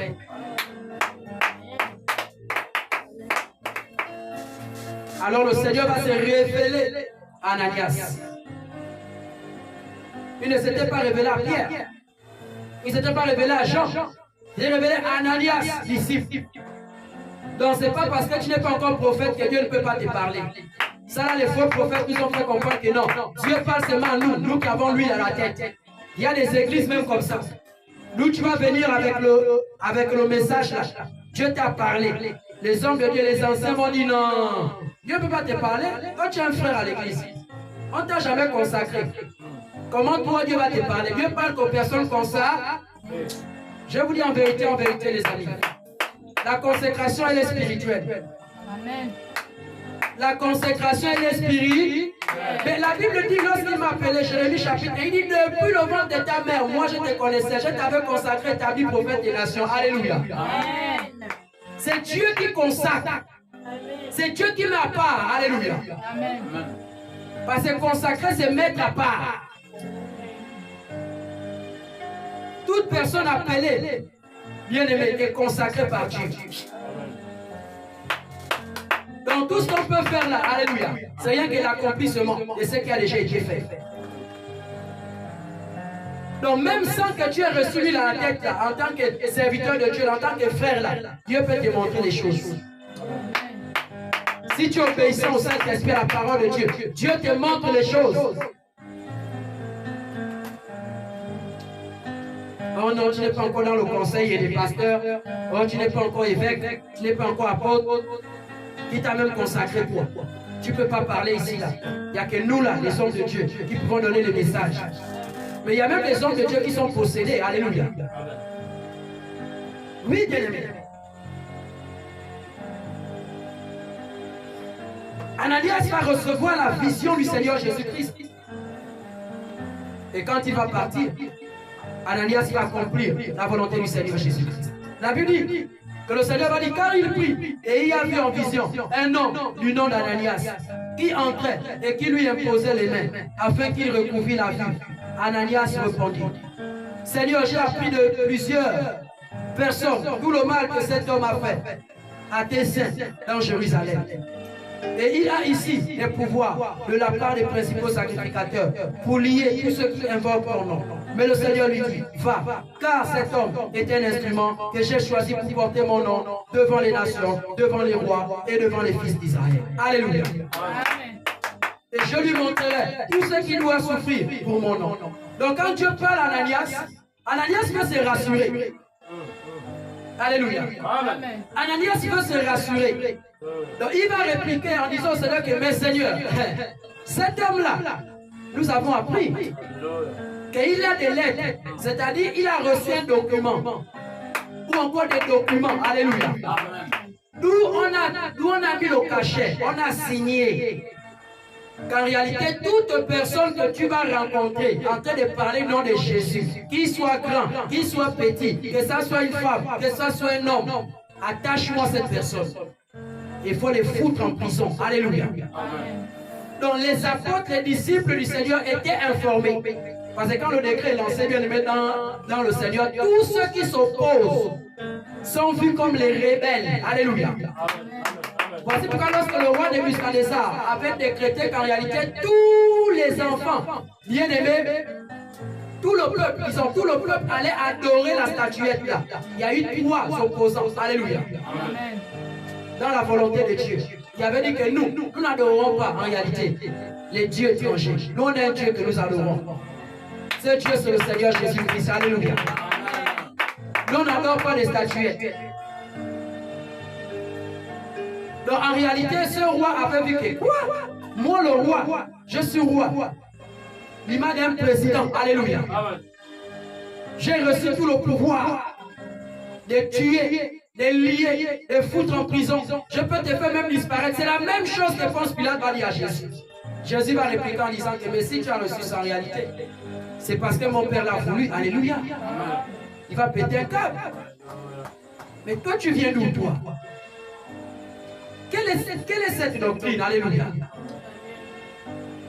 Et à ce moment-là, bien aimé dans le Seigneur Jésus, Ananias va dire que Seigneur, j'ai entendu dire que cet homme-là, nous avons vu nous tous. Parce qu'on rend témoignage de ce qu'on a vu et entend. Le Seigneur va rassurer son disciple, son fils, son serviteur, en disant que non, Ananias, n'aie pas peur, mon fils. Va. Celui-là, c'est un instrument, c'est un vase. Alléluia. C'est un homme que moi, j'ai choisi. Et tu verras. Lorsque tu vas accomplir ce que je suis en train de te dire sur la vie de cet homme, tu verras. L'apôtre Paul n'a pas fait, bien aimé, 10 ans. Alléluia. Voici pourquoi j'ai dit la rencontre avec le Saint-Esprit, c'est quelque chose d'autre. Alléluia. Il y a des personnes qui n'ont pas rencontré l'Esprit de Dieu lors de leur conversion. Ils ont rencontré les pasteurs. Ils ont rencontré les apôtres. Ils sont allés rencontrer le nom d'une église. Ils sont allés rencontrer les prophéties. Ils sont allés rencontrer, c'est-à-dire le désir de leur cœur, l'argent, les maisons, les voitures, les guérisons, les prophètes, toutes ces choses. Ils n'ont pas rencontré l'Esprit de Dieu. Parce que quand tu rencontres l'Esprit de Dieu, bien aimé dans le Seigneur, quelque chose doit se passer dans ta vie. Amen.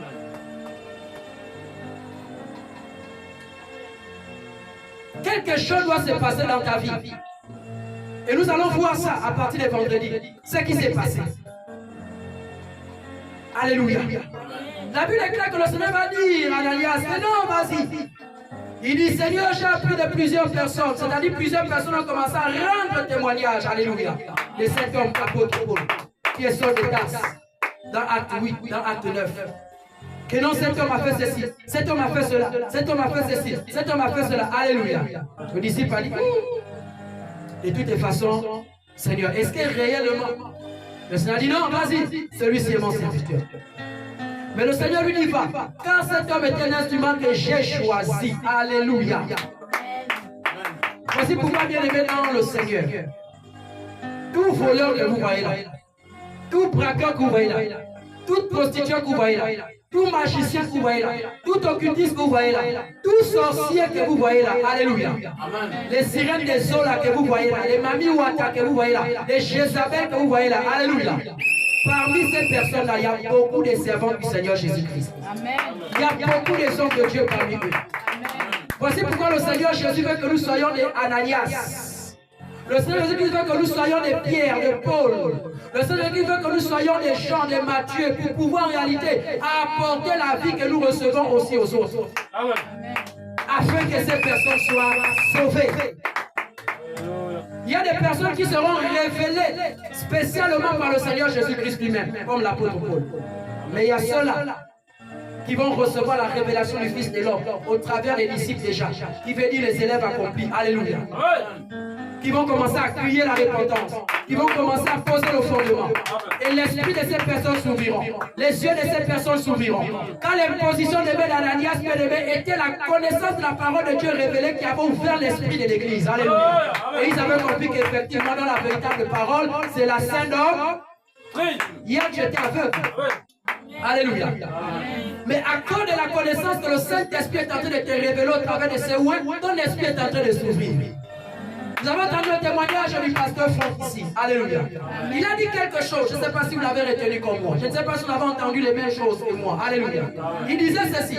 Je sais que vous ne pouvez pas en réalité aller dans une autre église. Parce que ce que vous recevez, c'est la nourriture solide. Alléluia. Vous êtes déjà à un niveau élevé. Vous ne pouvez pas descendre. Et il a dit ceci. Que je reconnais que nous, donc lui, alléluia, et ses frères, sont encore dans le lait. Ce sont ses propres paroles qu'il disait. Ils enseignent encore le lait. Et l'apôtre Paul va lui dans 1 Corinthiens chapitre 3. Alléluia. Qu'en réalité, vous agissez comme si vous agissez comme des enfants. Alors que vous êtes censé quitter l'étape du lait à la nourriture solide. Voici pourquoi quand nous passons à la nourriture solide, on entend dans le dépouillement des parures, les gens vont commencer à dire que non. Là, ce que l'homme l'enseigne là, ça c'est pas Dieu. Alléluia. Parce que c'est maintenant la nourriture solide. Parce qu'il faut achever la sanctification par le dépouillement extérieur. Par la grâce du Seigneur Jésus-Christ. Donc la Bible déclare qu'en réalité, bien aimé dans le Seigneur Jésus, il dit au verset 14, et il y a ici le pouvoir de la part des principaux sacrificateurs pour lier tous ceux qui invoquent ton nom.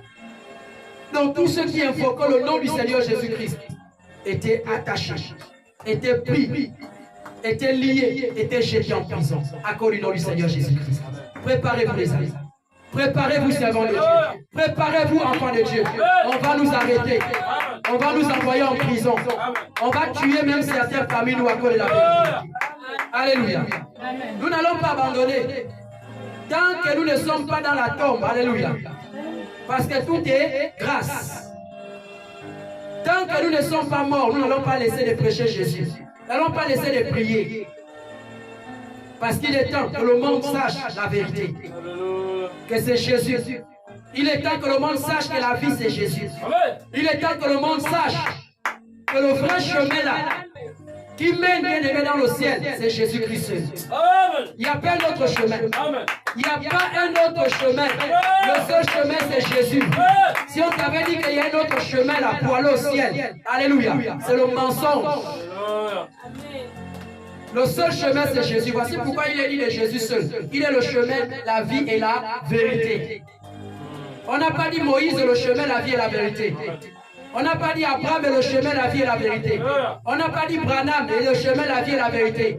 On n'a pas dit Kakou Philippe et le chemin, la vie et la vérité. On n'a pas dit le prophète Jérémie Dembi et le chemin, la vie et la vérité. On n'a pas dit Gédéon de la Tchotchova et le chemin, la vie et la vérité. Le seul homme qu'on a dit qu'il est le chemin, la vie et la vérité, et il y a le point. Ça veut dire la phrase s'arrête là. Alléluia. C'est Jésus-Christ, le Fils de Dieu. Le seul Jésus. Et sans lui seul, il y a la vraie vie. Sans lui seul, il y a la vérité. En dehors de Jésus, il n'y a pas la vérité. Et Jésus, c'est dans sa parole. La nouvelle doctrine, c'est pour les charnels. C'est les charnels qui appellent la sainte doctrine. Ça, c'est une nouvelle doctrine. On n'a jamais entendu ça.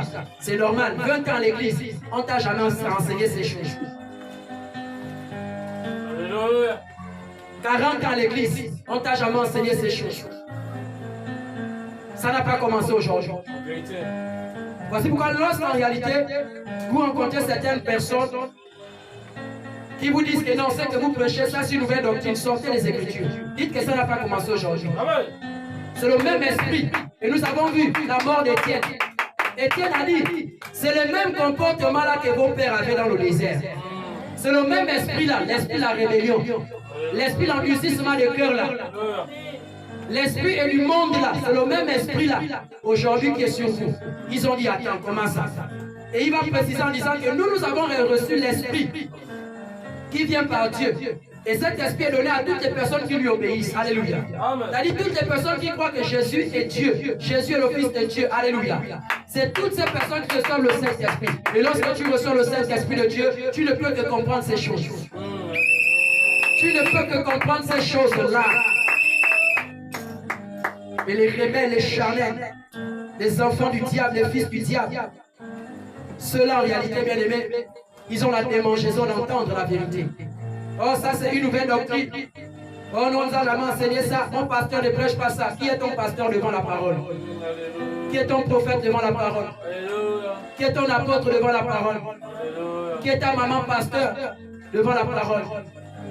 Qui est ta maman prophétesse devant la parole? C'est que la parole dit est plus que ton pasteur. C'est que la parole dit est plus que ton église. La parole de Dieu au-dessus d'une église. La parole de Dieu au-dessus d'un pasteur. Alléluia. On reconnaît vrai un pasteur, c'est par les fruits. Alléluia. L'enseignement qu'il donne.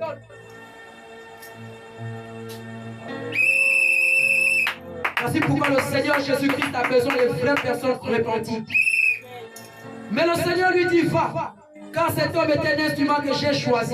Un homme que Dieu choisit, bien-aimé, est un mis à part. Un homme que Dieu choisit, bien-aimé, un choisi de Dieu. Ce n'est pas quelqu'un que le pasteur a fabriqué à l'église. Ce n'est pas quelqu'un qu'on a donné le micro parce qu'il paye les appareils à l'église. Ce n'est pas quelqu'un qu'on a dit, mon cours, aujourd'hui tu es devenu pastoresse parce qu'en réalité tu nous soutiens depuis longtemps. Alléluia. Maman pasteur, écoute bien, tu peux faire 30 ans, ma soeur, 40 ans dans l'église, dans l'assemblée des cieux, tu ne seras jamais pastoresse. Jamais. Ça n'existe pas. L'église primitive, on n'a pas vu les mamans pasteurs. On n'a pas vu les mamans apôtresses. Marie, mère de Jésus, Marie de Magdala, Jeanne, femme de Susa, intendant d'Hérode. C'était les femmes qui ont soutenu le ministère de Jésus à 100%. Toi, tu n'as quand même rien fait. Mais Jésus n'a jamais établi ces femmes-là ministres de Dieu dans l'église. Jamais de la vie. Le modèle de l'église, je le réitère encore bien, c'est les apôtres. On prend la vie des apôtres, on prend la marche de l'église primitive qu'on est en train de voir. Si on voit à l'intérieur une femme appelée apôtre, alléluia, c'est que tout ce que j'ai dit en réalité soit anathème. Ça veut dire que, en réalité que je sois maudit. Alléluia. Amen. Mais nous avons vu les femmes disciples. Les disciples, ce sont les élèves, les femmes qui écoutent parfaitement l'enseignement et qui suivent le maître. Il y a des hommes disciples, il y a des femmes disciples. Mais au niveau d'être ministre de Dieu dans l'église, il n'y a pas ça. Les ministres sont pour les autres. Alléluia. Amen. Dans cette ville de Damas, il n'y avait pas qu'en réalité un disciple comme en réalité bien-aimé Ananias, il y avait aussi des femmes qui étaient là-bas, étant les disciples. Mais pourquoi le Seigneur va dire non? C'est par Ananias qu'il faudrait que tes yeux s'ouvrent. Et c'est par Ananias que tu dois rencontrer les autres disciples du Seigneur Jésus-Christ. C'est parce que l'œuvre, la mission, le chant, alléluia. Le front, c'est pour l'autorité. Le front, c'est pour l'homme. La femme, elle est derrière. Mais le Seigneur lui dit, va, car cet homme est un instrument que j'ai choisi pour porter mon nom devant les nations. C'est un instrument que j'ai choisi pour porter mon nom devant les nations. Lèvons-nous, prêchons la parole, évangélisons. Il y a des puissants prophètes, il y a des puissants apôtres, il y a des puissants évangélistes, docteurs de la parole, qui sont encore bien aimés dans le monde des eaux, qui sont encore dans le chanvre, le vol, le braquage, qui sont encore dans la sodomie, la fornication, l'impudicité, la masturbation, la fellation, les partout. Il y a des servants de Dieu qui doivent prophétiser dans ce dernier réveil, mais ils sont encore dans les fellations. Ils sont encore dans les avortements. Ils sont encore dans l'escroquerie. Ils sont encore dans les bars, les boîtes de nuit. Toutes les nuits quand elles dorment, elles partent encore dans le monde des eaux. Elles vendent encore les mèches, les faux cheveux, oui, toutes ces choses-là. Elles le font encore dans le monde des eaux. Elles sont encore des sorcières.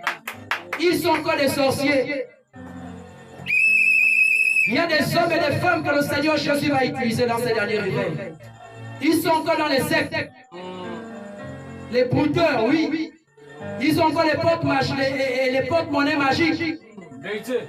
Ils sont encore dans les tontines de la nuit.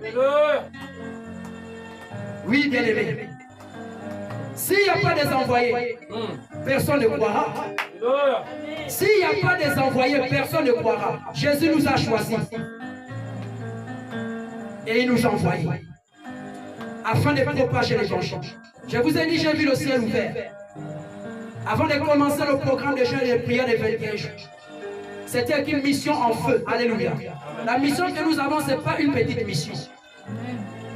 Celui qui ne va pas comprendre ce que Dieu est en train de dire. Il sera au loin comme ça, là, il dira, oh, mais je connais l'homme là. Oh, mais je connais le prophète là, j'ai prié dans son église. Alléluia. Tu seras loin. Tu vas parler au passé. Alléluia. Mais les autres continueront à parler, bien aimé, au présent. Toi, tu seras seulement dans le passé. J'étais dans son église. J'ai jeûné. Je me souviens, un jeûne, il y avait eu un jeûne. J'avais jeûné. Oh, mais j'évangélisais souvent même avec... Oh, mais c'est moi qui essuyais même les chaises avant. Alléluia. Tout pour toi sera au passé. Mais il y a des servantes et serviteurs qui resteront attachés. Et qui diront, j'ai commencé à essuyer les chaises. Aujourd'hui, je suis en train de tenir ceci. J'ai commencé à balayer la salle. Nous étions au PK11 dans un petit endroit. Aujourd'hui, nous sommes dans les nations. Alléluia. Les gens diront que j'ai connu le prophète Jérémie. Il était mince. Quand il mettait la chemise, il marchait comme ça. Là, la chemise se baladait. La chemise se baladait. Alléluia. Quand il mettait le pantalon comme ça, il n'y avait plus la fesse. Alléluia. Un jour, tu diras que j'ai vu cette fesse-là. Elle a poussé. J'ai vu, elle était maigre, le ministère pesait. Alléluia. Aujourd'hui, maintenant, Jésus a commencé à bénir son serviteur. La fesse a commencé à pousser. Oui, bien aimé, ça va pousser. Calmez-vous. Le ventre va grossir. Le temps n'est pas encore arrivé. Amen. Ecclésiaste chapitre 3 dit chaque chose a son temps. Le temps de Dieu viendra. Les gens diront, oh, mais je l'ai connu la chaussure là-bas, mais sa chaussure, non, mais fallait voir, alléluia. Demain tu verras, la chaussure là va changer. Amen. Restons fidèles. Prêchons Jésus. Amen. Amenons les âmes à Jésus. Jésus ne nous a pas donné cette mission. Bien-aimés, pour nous chercher les vestes, les cravates. Non, il nous a donné pour gagner les âmes, pour que les âmes rentrent au ciel. Et lui-même il fera selon sa volonté. Amen. Restons fidèles. Dis à ton voisin, reste fidèle. Dis à ton voisin, reste fidèle. Au nom de Jésus. Acclame la parole du Seigneur Jésus-Christ. Alléluia. Amen. Mais le Seigneur lui dit, va, car cet homme est un instrument que j'ai choisi pour porter mon nom devant les nations, devant les rois et devant les fils d'Israël. Alléluia. Amen. C'est-à-dire, c'est un homme que Dieu a choisi pour parler même aux autorités. Alléluia. Amen. Si nous avons peur d'une seule personne sur cette terre, c'est Jésus. Alléluia. C'est Jésus. Le Seigneur nous conduira devant les rois. Alléluia. Amen. Devant, bien aimé, les rois et partout dans les nations, pour que la sainte doctrine soit prêchée. Soyons des femmes et des hommes affermis, capables d'être comme le Maître, Jésus-Christ de Nazareth, et ses autorités qu'il a établies. Car Paul a dit, soyez mes imitateurs, comme j'imite le Christ. Ça ne veut pas dire n'imiter pas Jésus, parce que Jésus est la pierre angulaire. Si tu suis un disciple ou tu suis un maître, un serviteur de Dieu, qui n'est plus soumis à Jésus, sachant que toi tu es soumis à Jésus, détourne-toi de lui. Parce que l'enfer est grandement ouvert. Suis un maître, suis un guide, suis un serviteur de Dieu qui suit Jésus, sachant que toi-même aussi, tu es connecté à Jésus. Voici pourquoi aujourd'hui vous allez comprendre que tous les serviteurs de Dieu, bien aimés dans le Seigneur aujourd'hui, qui sont en train de révéler la vérité à l'humanité, sont des personnes qui ont marché avec Jésus et qui ont marché derrière les hommes de Dieu. Mais à un moment donné, comme ils étaient tellement connectés à Jésus et connectés à ces hommes, Jésus les a révélés que ces hommes-là que vous suivez, ce sont des tournés de moi. Alléluia. Amen. Alors vous, je vais vous utiliser. Parce que Dieu utilise les vases purs. Dieu utilise les vases authentiques. Soyons des disciples accomplis. L'église primitive a marché bien aimé dans l'obéissance. Nous avons vu Ananias, comment il était obéissant. Nous avons vu l'apôtre Paul dans sa conversion, comment il était soumis. Et nous allons voir ça encore vendredi, jusqu'à dimanche. Comment il était obéissant. À peine converti, on doit te conduire. Il y a des choses qu'il faut qu'on te donne. Il y a des enseignements que tu puisses recevoir, que tu dois recevoir.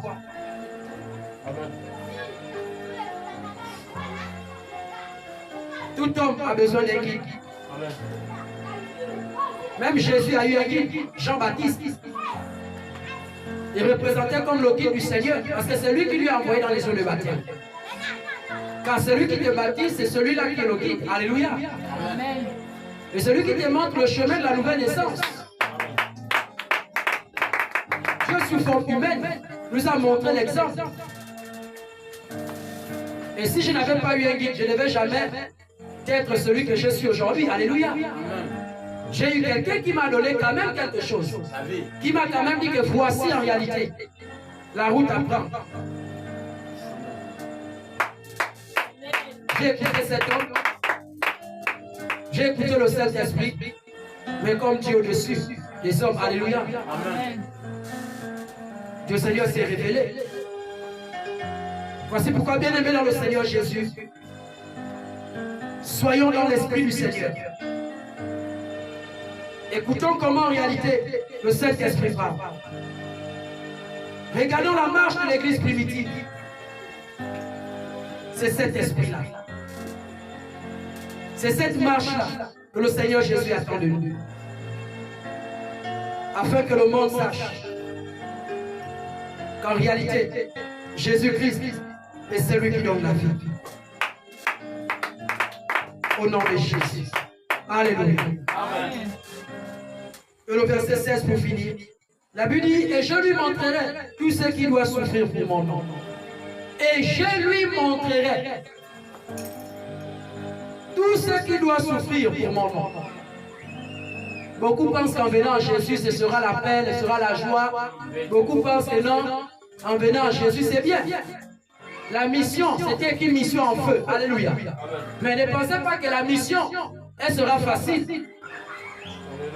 Ne pensez pas que la mission là, ce sera élolé. Bien aimé. Elle sera acide. Elle sera amère. Elle sera salée. Mais ce sont ceux qui vont persévérer qui verront le lait.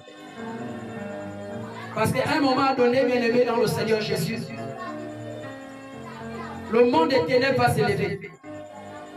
Et depuis le début de cette semaine, le Saint-Esprit est en train de me parler sur beaucoup de choses concernant l'Église Et je vais dire ceci, je suis en train de prier, mais je vais déjà dire ceci aux servants de Dieu. Et dimanche, je l'ai encore dit. Et cette semaine, le Seigneur m'a parlé de ça. Je disais en réalité aux prophétesses de l'Église, et je profite à dire même les prophétesses du monde entier, qui sont dans la sainte doctrine du Seigneur Jésus-Christ, qui ont décidé de se dépouiller. Ceux par qui Dieu passe, les vases par qui Dieu passe pour révéler les choses cachées. Faites attention. Faites attention. Redoublez d'efforts dans la prière. Redoublez d'efforts dans la prière, le jeûne, la méditation.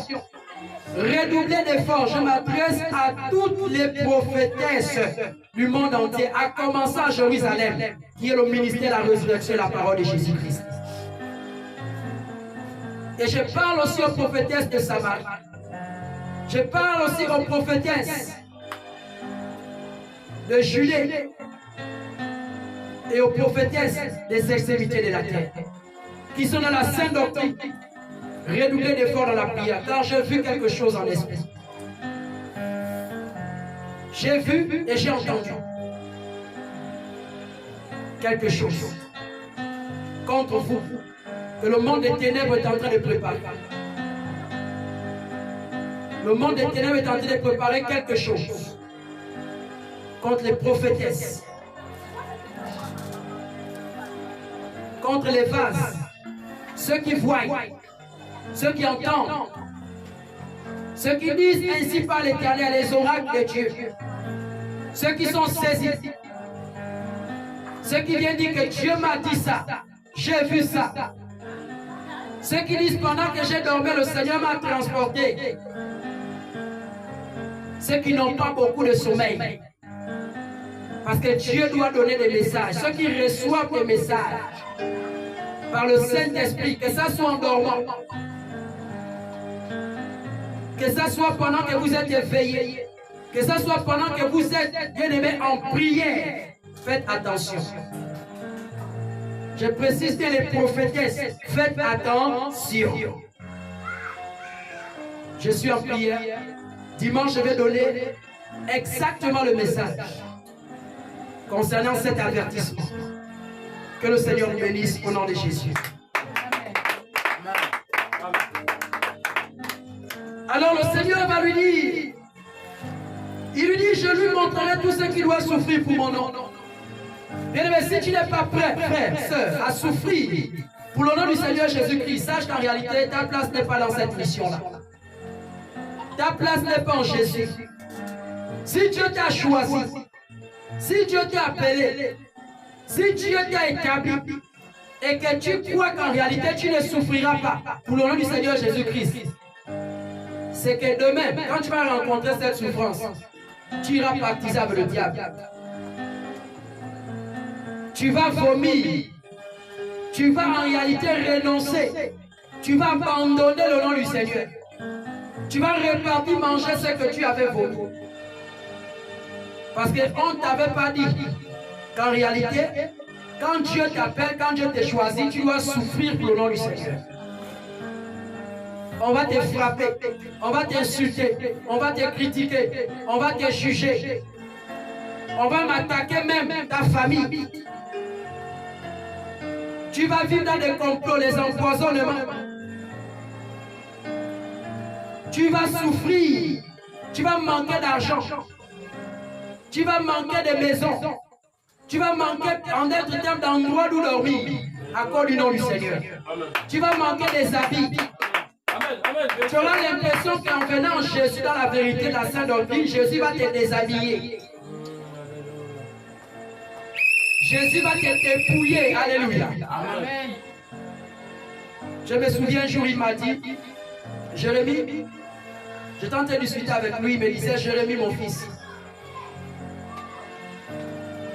vous pensez que quand j'étais sur la terre, vous avez vu comment j'ai souffert? Vous avez vu par où je suis passé? vous aussi, vous deviez passer par là. Vous deviez porter votre croix pour me suivre. Car celui qui a reçu le nom au-dessus de tout le nom, c'est celui qui a porté sa croix. C'est celui qui a accepté de souffrir. C'est celui qui a accepté de manquer. C'est celui qui a accepté d'être insulté. C'est celui qui a accepté d'être chassé. C'est celui qui a accepté d'être méprisé par la société. Alléluia. Amen. Si tu n'es pas encore arrivé là, frère, sache que tu n'as pas encore commencé à marcher avec Jésus.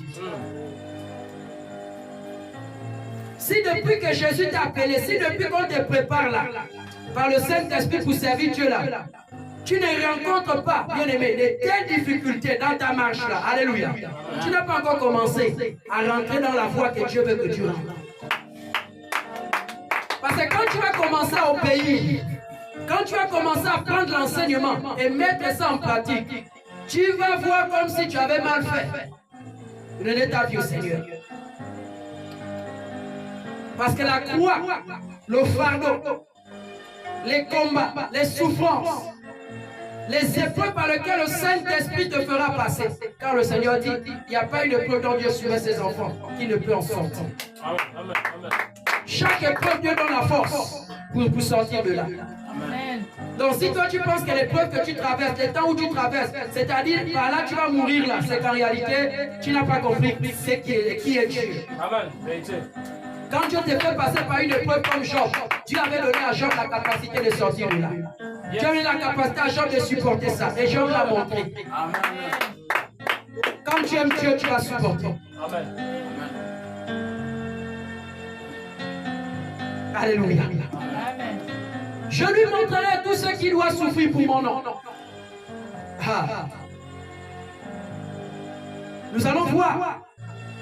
Quand nous allons poursuivre, comment l'apôtre Paul, jeté en mer, mordu par les serpents. Si c'est toi là, tu vas commencer à rentrer dans la chair. Oh non, j'ai une famille. Je ne peux pas accepter. Ça, c'est quel évangile que lui là, il nous enseigne.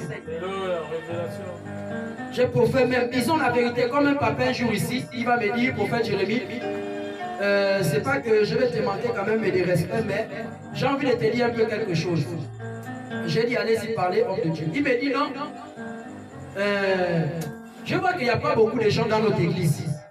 Est-ce qu'on ne peut pas diminuer un peu la vérité? Il va me dire ça au bureau. Est-ce qu'on ne peut pas diminuer? Donc pour lui, c'est la vérité. Il dit, est-ce qu'on ne peut pas diminuer un peu?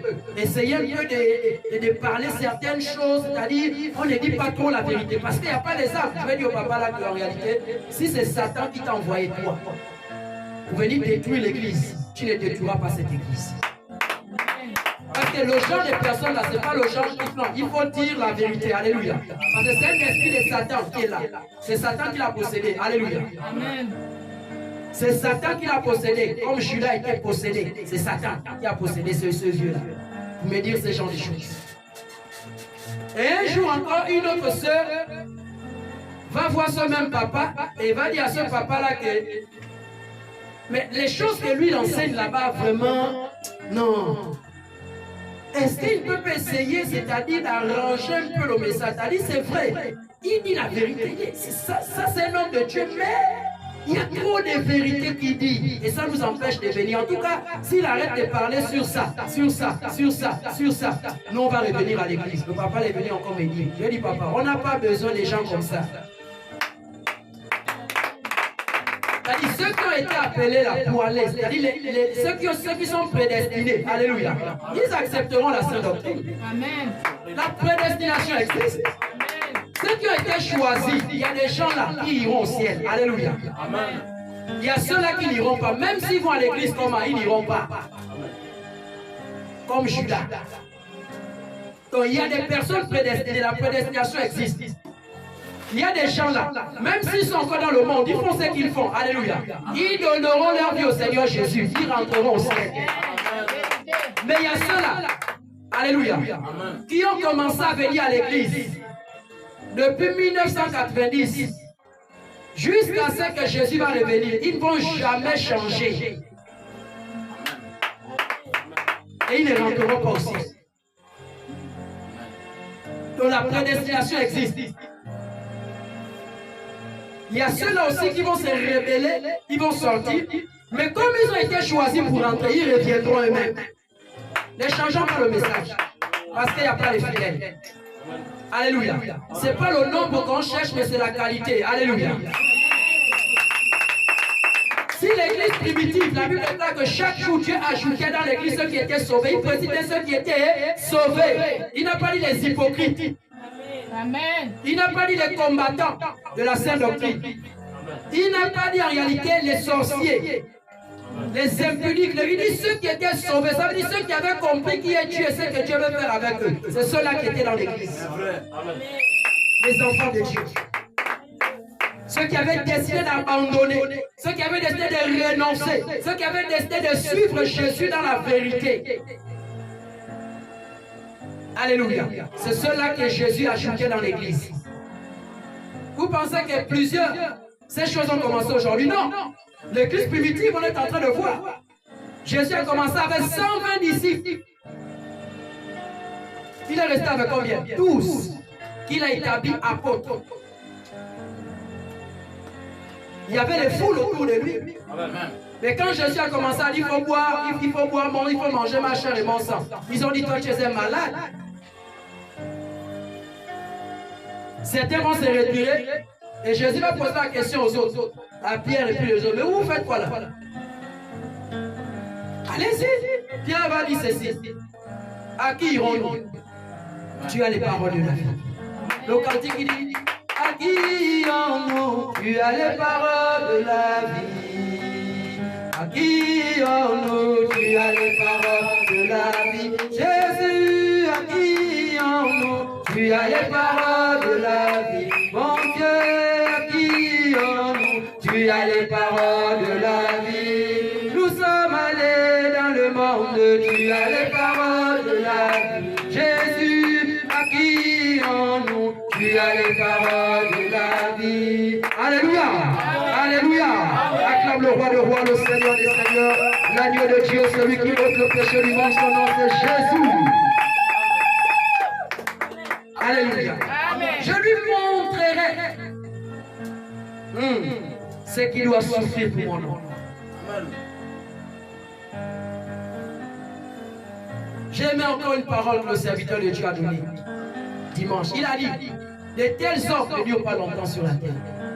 Je ne sais pas si vous avez compris ça. De tels hommes ne durent pas longtemps sur la terre.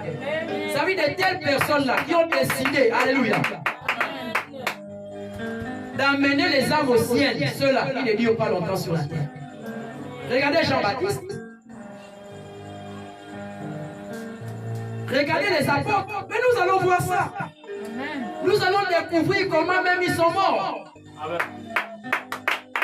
Vous êtes bénis parce que le Seigneur va vous ouvrir l'esprit. De tels hommes, c'est-à-dire de telles femmes, de tels hommes qui ont décidé.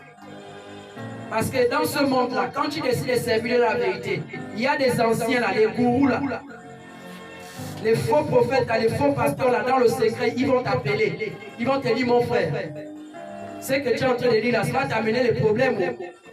Mon frère, les choses que tu es en train de prêcher là, tu vas mourir pauvre. Alléluia. N'ayez pas peur de mourir pauvre. Lazare est mort, il n'avait pas de maison.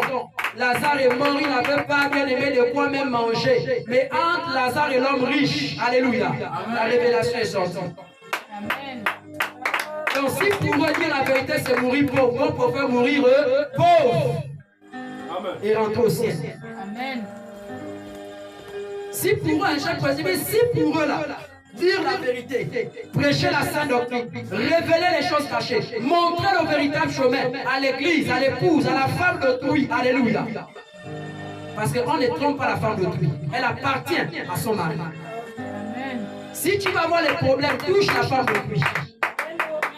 Comme nous là, Jésus là, ne nous a pas envoyés, ne nous a pas laissé sa femme pour qu'on fasse le désordre avec sa femme. Il nous a laissé là pour en réalité prendre soin, selon ce qu'il nous a dit. Selon ce qu'il nous a dit. Nous sommes dans l'obligation de montrer à sa femme le véritable chemin.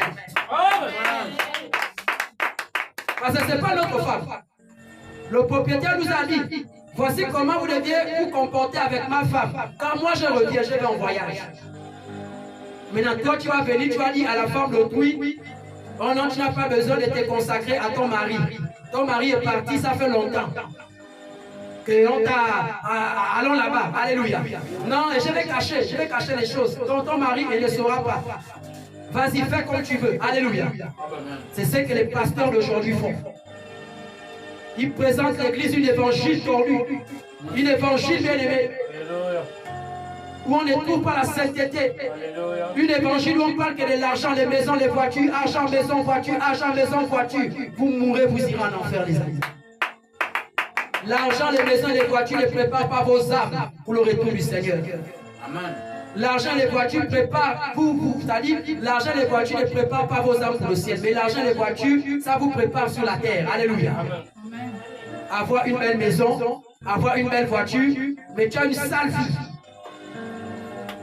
Et quand tu meurs en enfer, que servirait l'homme de gagner le monde et de perdre son âme? Marchons comme l'église primitive. Voici la conversion qui doit impacter, bien aimé, ces moments d'enseignement dans ta vie. La conversion de Saul de Tarse doit t'amener, bien aimé, à revoir ta conversion, à revoir si tu es réellement un disciple, à revoir si réellement, bien aimé dans le Seigneur, le Saint-Esprit t'a parlé, à revoir si réellement tu es dans l'obéissance à la voix du Seigneur Jésus-Christ. Alléluia. Nous allons nous arrêter par là pour aujourd'hui, par la grâce du Seigneur Jésus. Est-ce qu'on peut acclamer la parole de Dieu ce soir? Gloire à Jésus. Alléluia. Nous allons nous tenir debout, nous allons rendre grâce au Seigneur Jésus-Christ qui est en train de nous parler sur la vie de l'église primitive par la grâce de Dieu. Et nous avons pris Actes des Apôtres 9, 1 à 16. Et vendredi, nous allons poursuivre par la grâce de notre Seigneur Jésus-Christ. Par la grâce de Dieu. Alléluia. Amen. Tu vas dire merci au Seigneur Jésus-Christ pour la grâce qu'il t'a accordée. Au nom du Seigneur Jésus-Christ, élève ta voix et commence à prier. Élève ta voix, bénis le Seigneur. Saint-Père, merci Seigneur pour Jésus. Élève ta voix, bénis le Seigneur Jésus. Oh mon Dieu, oh Jésus, parce que nous avons parlé, mon Dieu, ce soir. Nous avons vous conseiller, mon Dieu, mon roi. Nous devons marcher comme l'église primitive, mon Dieu, mon roi. Oh Seigneur, nous changer, oh mon Dieu, oh vie, mon Dieu, mon roi. Maintenant, Père, oh Jésus, bénis le Seigneur Jésus. Merci Jésus, parce que nous Gloire à toi, Seigneur. nous avons écouté, mon Dieu, la puissance de Jésus. Oh Jésus, mon Dieu, merci Seigneur, mon Dieu, nous avons parlé, mon Dieu, oh Père, oh Jésus, oh Père, on le remercie. Merci, mon Dieu, mon roi. Et enfin, Seigneur, soyez mon Dieu, mon roi, pour nos vies, Jésus. Merci, Fils de Dieu. Merci, Jésus. Parce que c'est là, ce soir. Mon Dieu, mon roi, nous avons la vie, mon Dieu, ce soir. Oh Jésus, nous t'avons écouté, nous t'avons entendu. Oh mon Dieu, mon roi, oh Seigneur, ce soir. Agis, Seigneur. Oh mon Dieu, agis, Seigneur, ce soir. Oh mon Dieu, mon roi. Oh tout ça. Oh mon Jésus. Oh mon Jésus. Nous t'avons écouté, mon Dieu. Oh Seigneur, ce soir, que te contrôle nos vies. Oh puissant Dieu. Oh merci. Merci pour le roi. Oh Jésus. Oh Jésus.